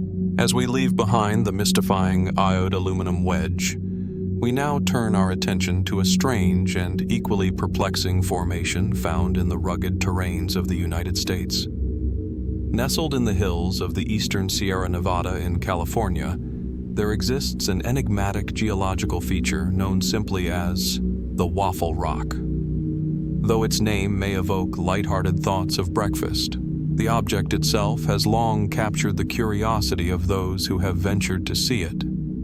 And the more closely one examines it, the more it appears to defy conventional geological understanding. The Waffle Rock is an intriguing formation, a large, flat, rectangular slab of granite, etched with an almost perfectly regular pattern of squares and rectangles. It is not a naturally occurring pattern, but rather an unmistakable grid, so precise that it seems almost sculpted. The size of the formation is staggering, spanning several feet in both length and width, and its surface is covered with what appear to be distinct raised waffle-like ridges, which have earned it its peculiar name. To the casual observer, it might seem like just another curious geological feature, perhaps shaped by the forces of erosion or some other natural process. However, upon closer inspection, the uniformity of the pattern seems too orderly to be the result of natural forces alone. How could something as irregular and unpredictable as nature itself create such an artificial, methodical design? And why does the Waffle Rock, despite its uncanny resemblance to a man-made object, seem to have existed for millions of years, long before humans arrived on the scene? The formation of the Waffle Rock is not completely shrouded in mystery. Geologists have long been aware of it and have offered some explanations for its curious appearance. One theory posits that the pattern is the result of natural fracturing in the granite due to the pressures exerted by tectonic shifts. As the rock expanded and contracted over eons, the forces at work may have caused the surface to fracture in a way that left behind a grid-like pattern. While this could explain the rough outlines of the grid, the regularity and symmetry of the pattern, especially the fact that the squares are so evenly spaced, have left many to question whether such an explanation fully accounts for what we are seeing. Another plausible explanation suggests that the phenomenon is the result of a process known as exfoliation, a type of erosion that causes the surface layers of granite to peel away in distinct, regular patterns. Yet again, the unnervingly perfect symmetry of the grid doesn't quite align with this theory. Could the forces of nature really have shaped this rock in such an exact and uniform manner? The mystery deepens when we turn our attention to the possibility that the Waffle Rock might be something much older and more significant than simply a geological oddity. Some have speculated that it could be the product of an ancient civilization, one whose existence has long since faded from memory. This theory suggests that the grid might have been intentionally carved into the rock by some long-lost culture, potentially as a form of written record, a map, or even a cosmic calendar. After all, the precision and regularity of the pattern do suggest a level of craftsmanship that goes beyond what is typically associated with natural forces. Could it be that the people who lived in this region thousands of years ago had a profound understanding of geometry or astronomy? What if this grid served a ritualistic or astronomical purpose, helping ancient cultures track celestial events, or even acting as a form of communication? Such theories echo the complex stonework found in other parts of the world, from the Nazca lines in Peru to the pyramids of Egypt, where seemingly simple structures often conceal deeper meanings, systems of knowledge hidden in plain sight. Then there's the fringe theory that suggests the Waffle Rock could be of extraterrestrial origin. Although this idea might be met with skepticism by mainstream scientists, Some have pointed out that the uncanny regularity of the pattern bears a resemblance to designs found in crop circles and other unexplained phenomena around the world.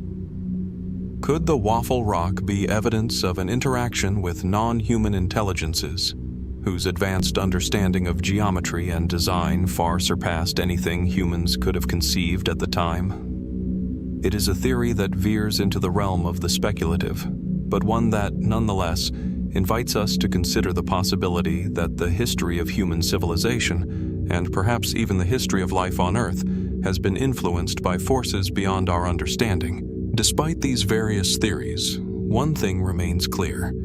The Waffle Rock is a puzzle, and one that continues to defy explanation. Its natural origins, its potential connection to ancient cultures, and its link, whether real or imagined, to extraterrestrial encounters all challenge our understanding of both the Earth itself and the very nature of human and non-human history. Could it be that we are only beginning to scratch the surface of what this odd formation truly represents? Could it be a clue, a message, or even a warning left behind by an ancient intelligence? Even if the Waffle Rock's origins can one day be definitively explained by the scientific community, there's no doubt that its perfect symmetry will continue to intrigue and captivate the curious among us.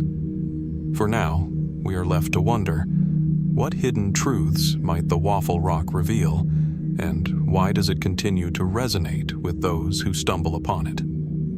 Perhaps it is a testament to the limits of human knowledge, an ancient enigma that invites us to look deeper, to question more, and to never stop seeking the mysteries that lie just beneath the surface.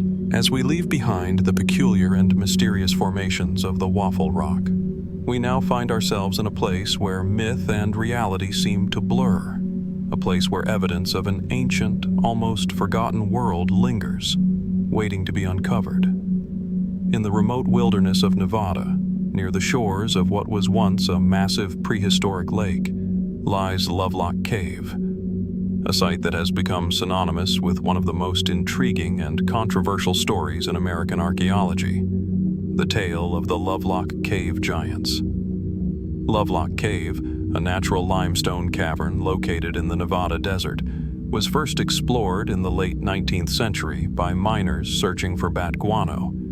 It was not long before they discovered something unexpected: human remains. These were not ordinary remains, but rather skeletal fragments of individuals whose size and structure seemed to defy everything known about ancient humans. The bones, which were later analyzed by archaeologists, indicated that these individuals were much larger than the average person. Some estimates suggested that they could have stood well over 8 feet tall. As word spread, the mystery of these giants began to take on a life of its own. According to local legend, the cave was the final resting place of a race of giants that had once roamed the Great Basin. These giants, it was said, were fearsome and formidable, living in a time long before the Native American tribes of the region. Their existence was intertwined with stories of violent clashes with local peoples, leading to their eventual demise. The initial discoveries in Lovelock Cave were remarkable, but the true extent of the mystery would only unfold as the decades passed. The bones, which were primarily found in a layer of ancient soil that had accumulated over thousands of years, seemed to hint at a much older history. But as archaeologists and anthropologists began to study the site, the mysteries deepened. Were these giants truly real, or were they merely the stuff of myth and folklore? What was clear from the beginning was that these remains didn't quite match the typical human skeletons of the region. The bones, when measured, showed signs of extreme size. The skulls, too, were larger and more elongated than what one would expect from the local populations of the time. These findings sparked a range of theories, from more conventional explanations to those that pushed the boundaries of what we think we know about human history.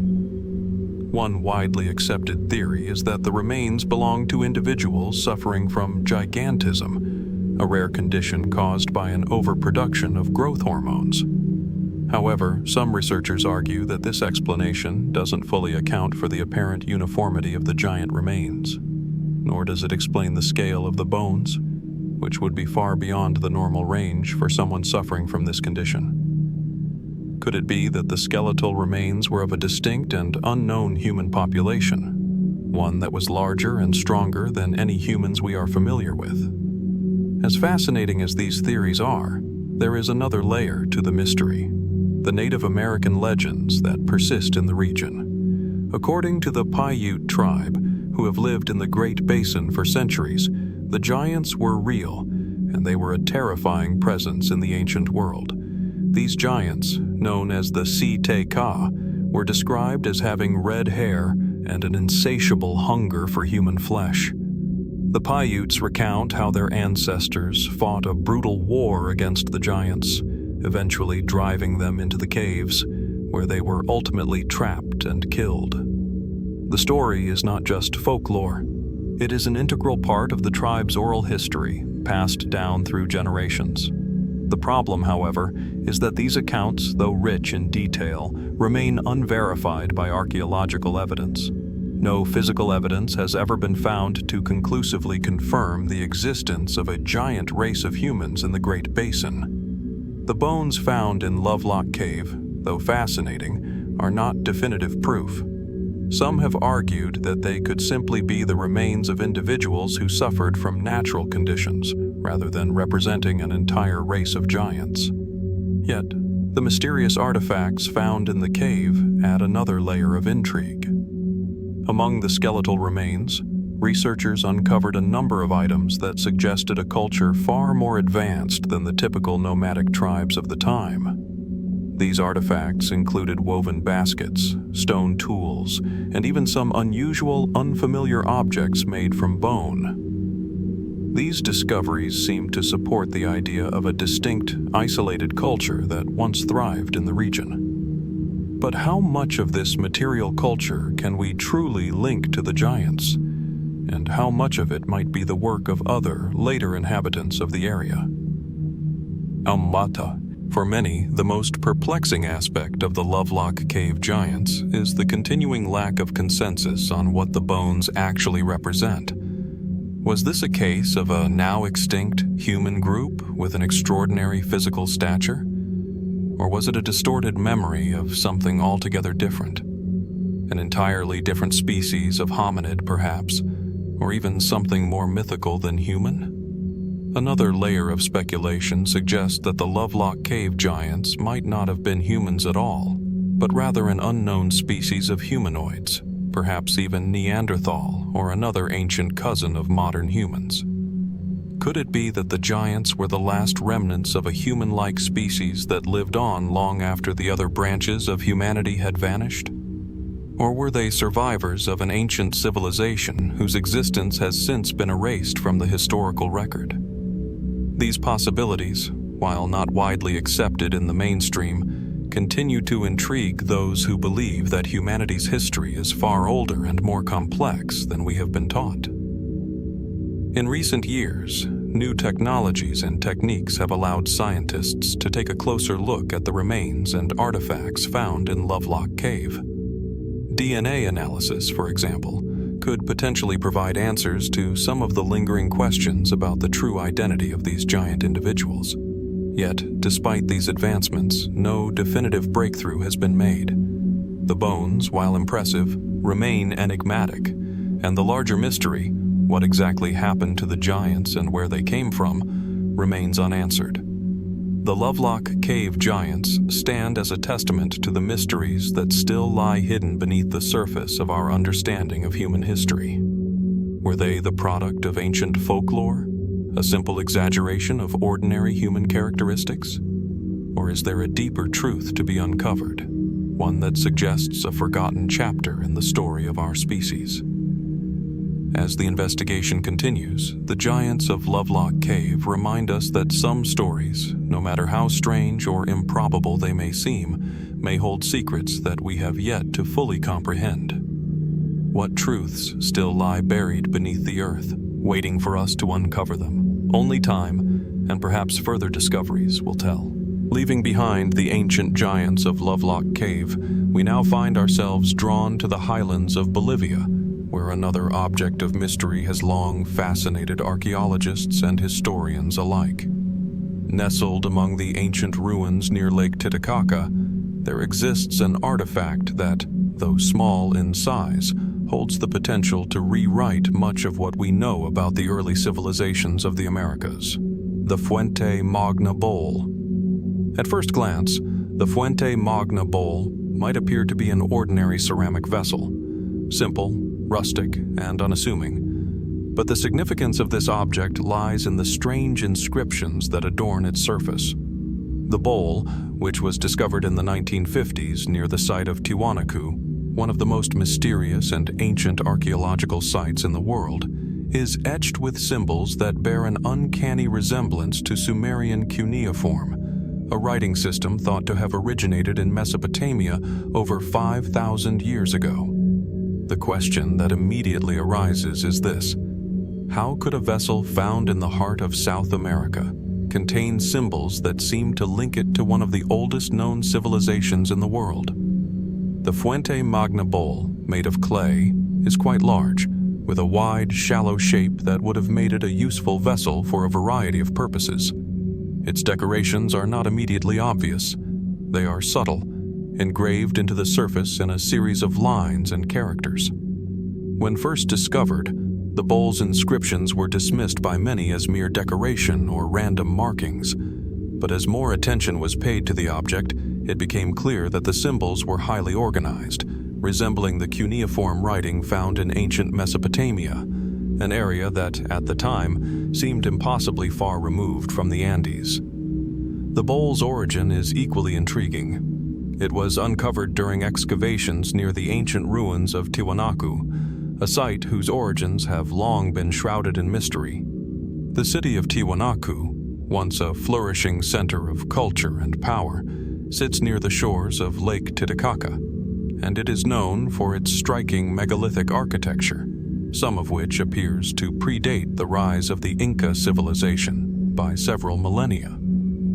The people who built Tiwanaku, often referred to as the Tiwanaku civilization, remain an enigma. No written records of their culture have survived, and much of their history is lost to time. What little we know about them comes from the impressive ruins and artifacts that have survived, which include intricate stone carvings, ceremonial gateways, and strange monolithic statues. But until the discovery of the Fuente Magna Bowl, there was little to suggest that Tiwanaku had any connection to ancient Mesopotamia. The most curious aspect of the Fuente Magna Bowl is the nature of its inscriptions. The symbols on the bowl are strikingly similar to the cuneiform writing used by the Sumerians, an ancient civilization that thrived in the Tigris-Euphrates Valley around 3000 BCE. This connection, if it is real, raises a host of unsettling questions. Could there have been contact between the civilizations of ancient Mesopotamia and the Andean highlands thousands of years before Columbus made his voyage to the Americas? If so, what kind of exchange, cultural, technological, or otherwise, could have taken place? For those who study the ancient world, this possibility opens up a Pandora's box of theories. The conventional view of pre-Columbian America is that the civilizations of the Americas, such as the Olmecs, Maya, and Inca, developed independently of the Old World. The discovery of the Fuente Magna Bowl, however, calls this into question. The resemblance of the symbols to Sumerian cuneiform is so striking that some researchers have suggested the possibility of transoceanic contact between the Old World and the New World long before the time of European exploration. Could ancient peoples have sailed across the vast ocean, bridging the gap between two distant continents? And if so, how might such contact have influenced the development of early American civilizations?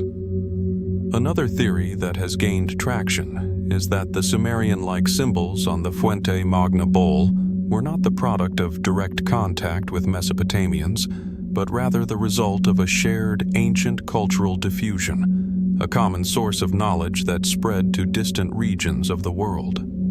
According to this theory, the ancient Sumerians and the people of the Andes may have inherited similar systems of writing and symbolism from a lost, ancient civilization that predates both cultures. The idea of a global, interconnected ancient world is not new. Some fringe theorists have suggested that the advanced knowledge and technologies of a prehistoric civilization were passed down to different cultures over thousands of years, leaving behind cryptic remnants in the form of architectural wonders, written symbols, and artifacts that seem out of place in their time. While these theories are compelling, they remain speculative, and mainstream archaeologists have been slow to accept them. The debate about the Fuente Magna Bowl is far from settled, with many experts suggesting that the similarities between the bowl's inscriptions and Sumerian cuneiform may be coincidental, or that the markings were simply an attempt by the local Tiwanaku people to create their own system of writing. Indeed, some scholars argue that the resemblance between the two writing systems is more superficial than substantive, and that the similarities might be the result of parallel development rather than cultural exchange. There is also the possibility that the Fuente Magna Bowl's inscriptions are not actually writing at all. Some researchers have suggested that the symbols might be purely decorative or even symbolic in nature, rather than representing a functional system of communication. If this is the case, it would still raise the question of why the Tiwanaku people would choose such an intricate and systematic pattern for their decorative designs, which would be a striking departure from the more simplistic pottery decoration typical of other ancient Andean cultures. Despite these differing viewpoints, one thing remains clear. The Fuente Magna Bowl is an artifact that defies easy categorization. Its origin, purpose, and meaning continue to be a matter of debate, with no definitive answers in sight. Whether it represents a lost connection between ancient civilizations or is merely an isolated example of Andean artistry, it stands as a reminder of the mysteries that lie buried in the past. Could the Fuente Magna Bowl be the key to unlocking a deeper understanding of ancient human history, or is it simply another puzzle that will forever elude us? The truth remains hidden beneath layers of time, waiting to be uncovered, leaving us to wonder what other artifacts, lost to history, might reveal the untold story of our ancient ancestors. As we move from the enigmatic Fuente Magna Bowl, we now turn our attention to one of the most intriguing and mysterious archaeological sites on Earth, an ancient landscape littered with hundreds of massive stone jars. Located in the remote highlands of Laos in Southeast Asia, the Plain of Jars stands as an enduring puzzle that has baffled archaeologists and historians for decades. Stretching across the rolling hills and valleys of Xiangkhouang Province, the plain is home to over 2,000 large stone jars, some of which weigh several tons. These monumental objects, many standing over 10 feet tall, are scattered across an area of more than 15 square kilometers, with no written records or clear explanations as to their origin or purpose. At first glance, the jars might seem like simple, ancient relics, abandoned by a long-forgotten civilization. But as researchers have examined the site more closely, questions have mounted. What were these jars used for? Who made them? And why did they leave them in such a scattered and seemingly random arrangement? Despite extensive excavation and study, the answers remain elusive, leaving us to wonder whether the Plain of Jars holds secrets far deeper than we have yet uncovered. The first recorded mention of the site came in the late 19th century, when French explorers ventured into the region and marveled at the strange, oversized jars.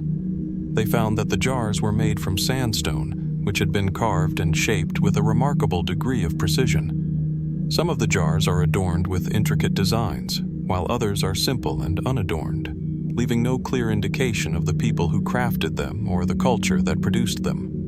The sheer scale of the project, thousands of these enormous stone vessels scattered across a vast landscape, immediately raised questions about the technological abilities of the builders. Theories about the origin and purpose of the jars have ranged from the practical to the fantastical. The most widely accepted theory, proposed by archaeologists, is that the jars were used in ancient burial practices. This theory suggests that the jars were burial urns or containers for human remains, possibly linked to the religious or ritualistic practices of the ancient cultures that once inhabited the region. Excavations around the jars have uncovered skeletal remains, along with pottery and other artifacts, which seem to support this theory. If the jars were indeed used for burial, they could have served as symbols of reverence, designed to house the ashes or bones of the deceased. But the scale and design of the jars still leave many questions unanswered. For one, the sheer number of jars at the site raises an immediate problem. Thousands of jars would seem excessive for a burial site, especially given the absence of written records that might explain such a large-scale endeavor. Why were these jars so widespread, and why did they come in such varying shapes and sizes? Some are so large that it seems impossible to imagine how they could have been moved or placed by ancient people without the aid of advanced machinery. How were they constructed? And what tools were used to carve and shape them from solid rock? The sheer effort involved in such a monumental project suggests that the culture responsible for the Plain of Jars had knowledge and skills that we may still not fully understand. As is often the case with ancient mysteries, alternative theories have surfaced, offering different interpretations of the site's significance. One such theory posits that the jars were not burial vessels, but rather containers for food, drink, or storage, used in some form of ancient agricultural or religious rituals. Some believe that the jars may have been used to ferment or store liquids such as alcohol or rice wine, based on the notion that the jars' large size and lack of lids would have made them ideal vessels for this purpose. However, this theory remains speculative, as no definitive evidence has been found to support it. Another more speculative hypothesis is that the jars served a more ceremonial or symbolic function. Some believe that the jars were created as part of an ancient cult, possibly linked to the worship of nature or the ancestors. The jars' positions on the plain, many of them grouped in clusters, might suggest some form of ritualistic arrangement, with each jar representing a spiritual or divine entity. Perhaps the jars were used in sacred ceremonies to honor the gods, or perhaps they were linked to astronomical alignments, marking the passage of seasons or celestial events. Without written records to guide us, this theory remains rooted in conjecture. Then there are the fringe theories, those that venture into the realm of the unknown. Could the Plain of Jars be the remains of a forgotten civilization with knowledge far beyond what we have been led to believe? Some researchers have suggested that the jars may have been created by a lost culture with advanced technological abilities, perhaps even with the help of extraterrestrial visitors. According to this theory, the jars are not merely the remnants of a simple pre-industrial society, but rather the artifacts of a much more advanced civilization that predates recorded history. Such ideas, while controversial and unsupported by mainstream archaeology, continue to capture the imagination of those who believe that ancient civilizations may have been more technologically sophisticated than we realize. As if the mystery of the jars themselves weren't enough, there is another unsettling aspect to the site: the unexploded ordnance that still litters the landscape. During the Vietnam War, the region was heavily bombed, and much of the area around the Plain of Jars remains contaminated with unexploded bombs and landmines. These remnants of conflict have not only made the site dangerous to visit, but they have also complicated excavation efforts.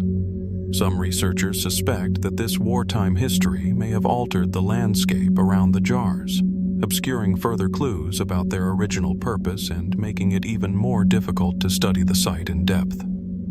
Despite decades of research and exploration, the true purpose of the Plain of Jars remains unknown. Whether they were burial containers, ceremonial objects, or something else entirely, these massive stone jars continue to stand in silent defiance of our attempts to fully understand them. Their scale, their arrangement, and the enigmatic lack of clear answers only serve to heighten the sense of mystery that surrounds them. As we move forward in our exploration of archaeological mysteries that defy explanation, the Plain of Jars invites us to reconsider the very nature of ancient civilizations. Were the people who created these jars simply early human cultures, practicing rituals and burial customs?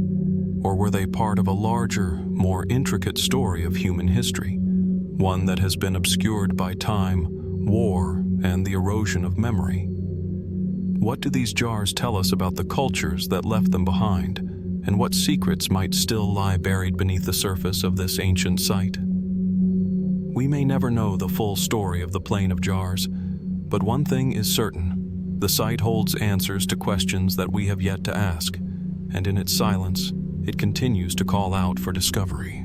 The mystery remains unsolved, waiting for the right piece of the puzzle to reveal its secrets to the world.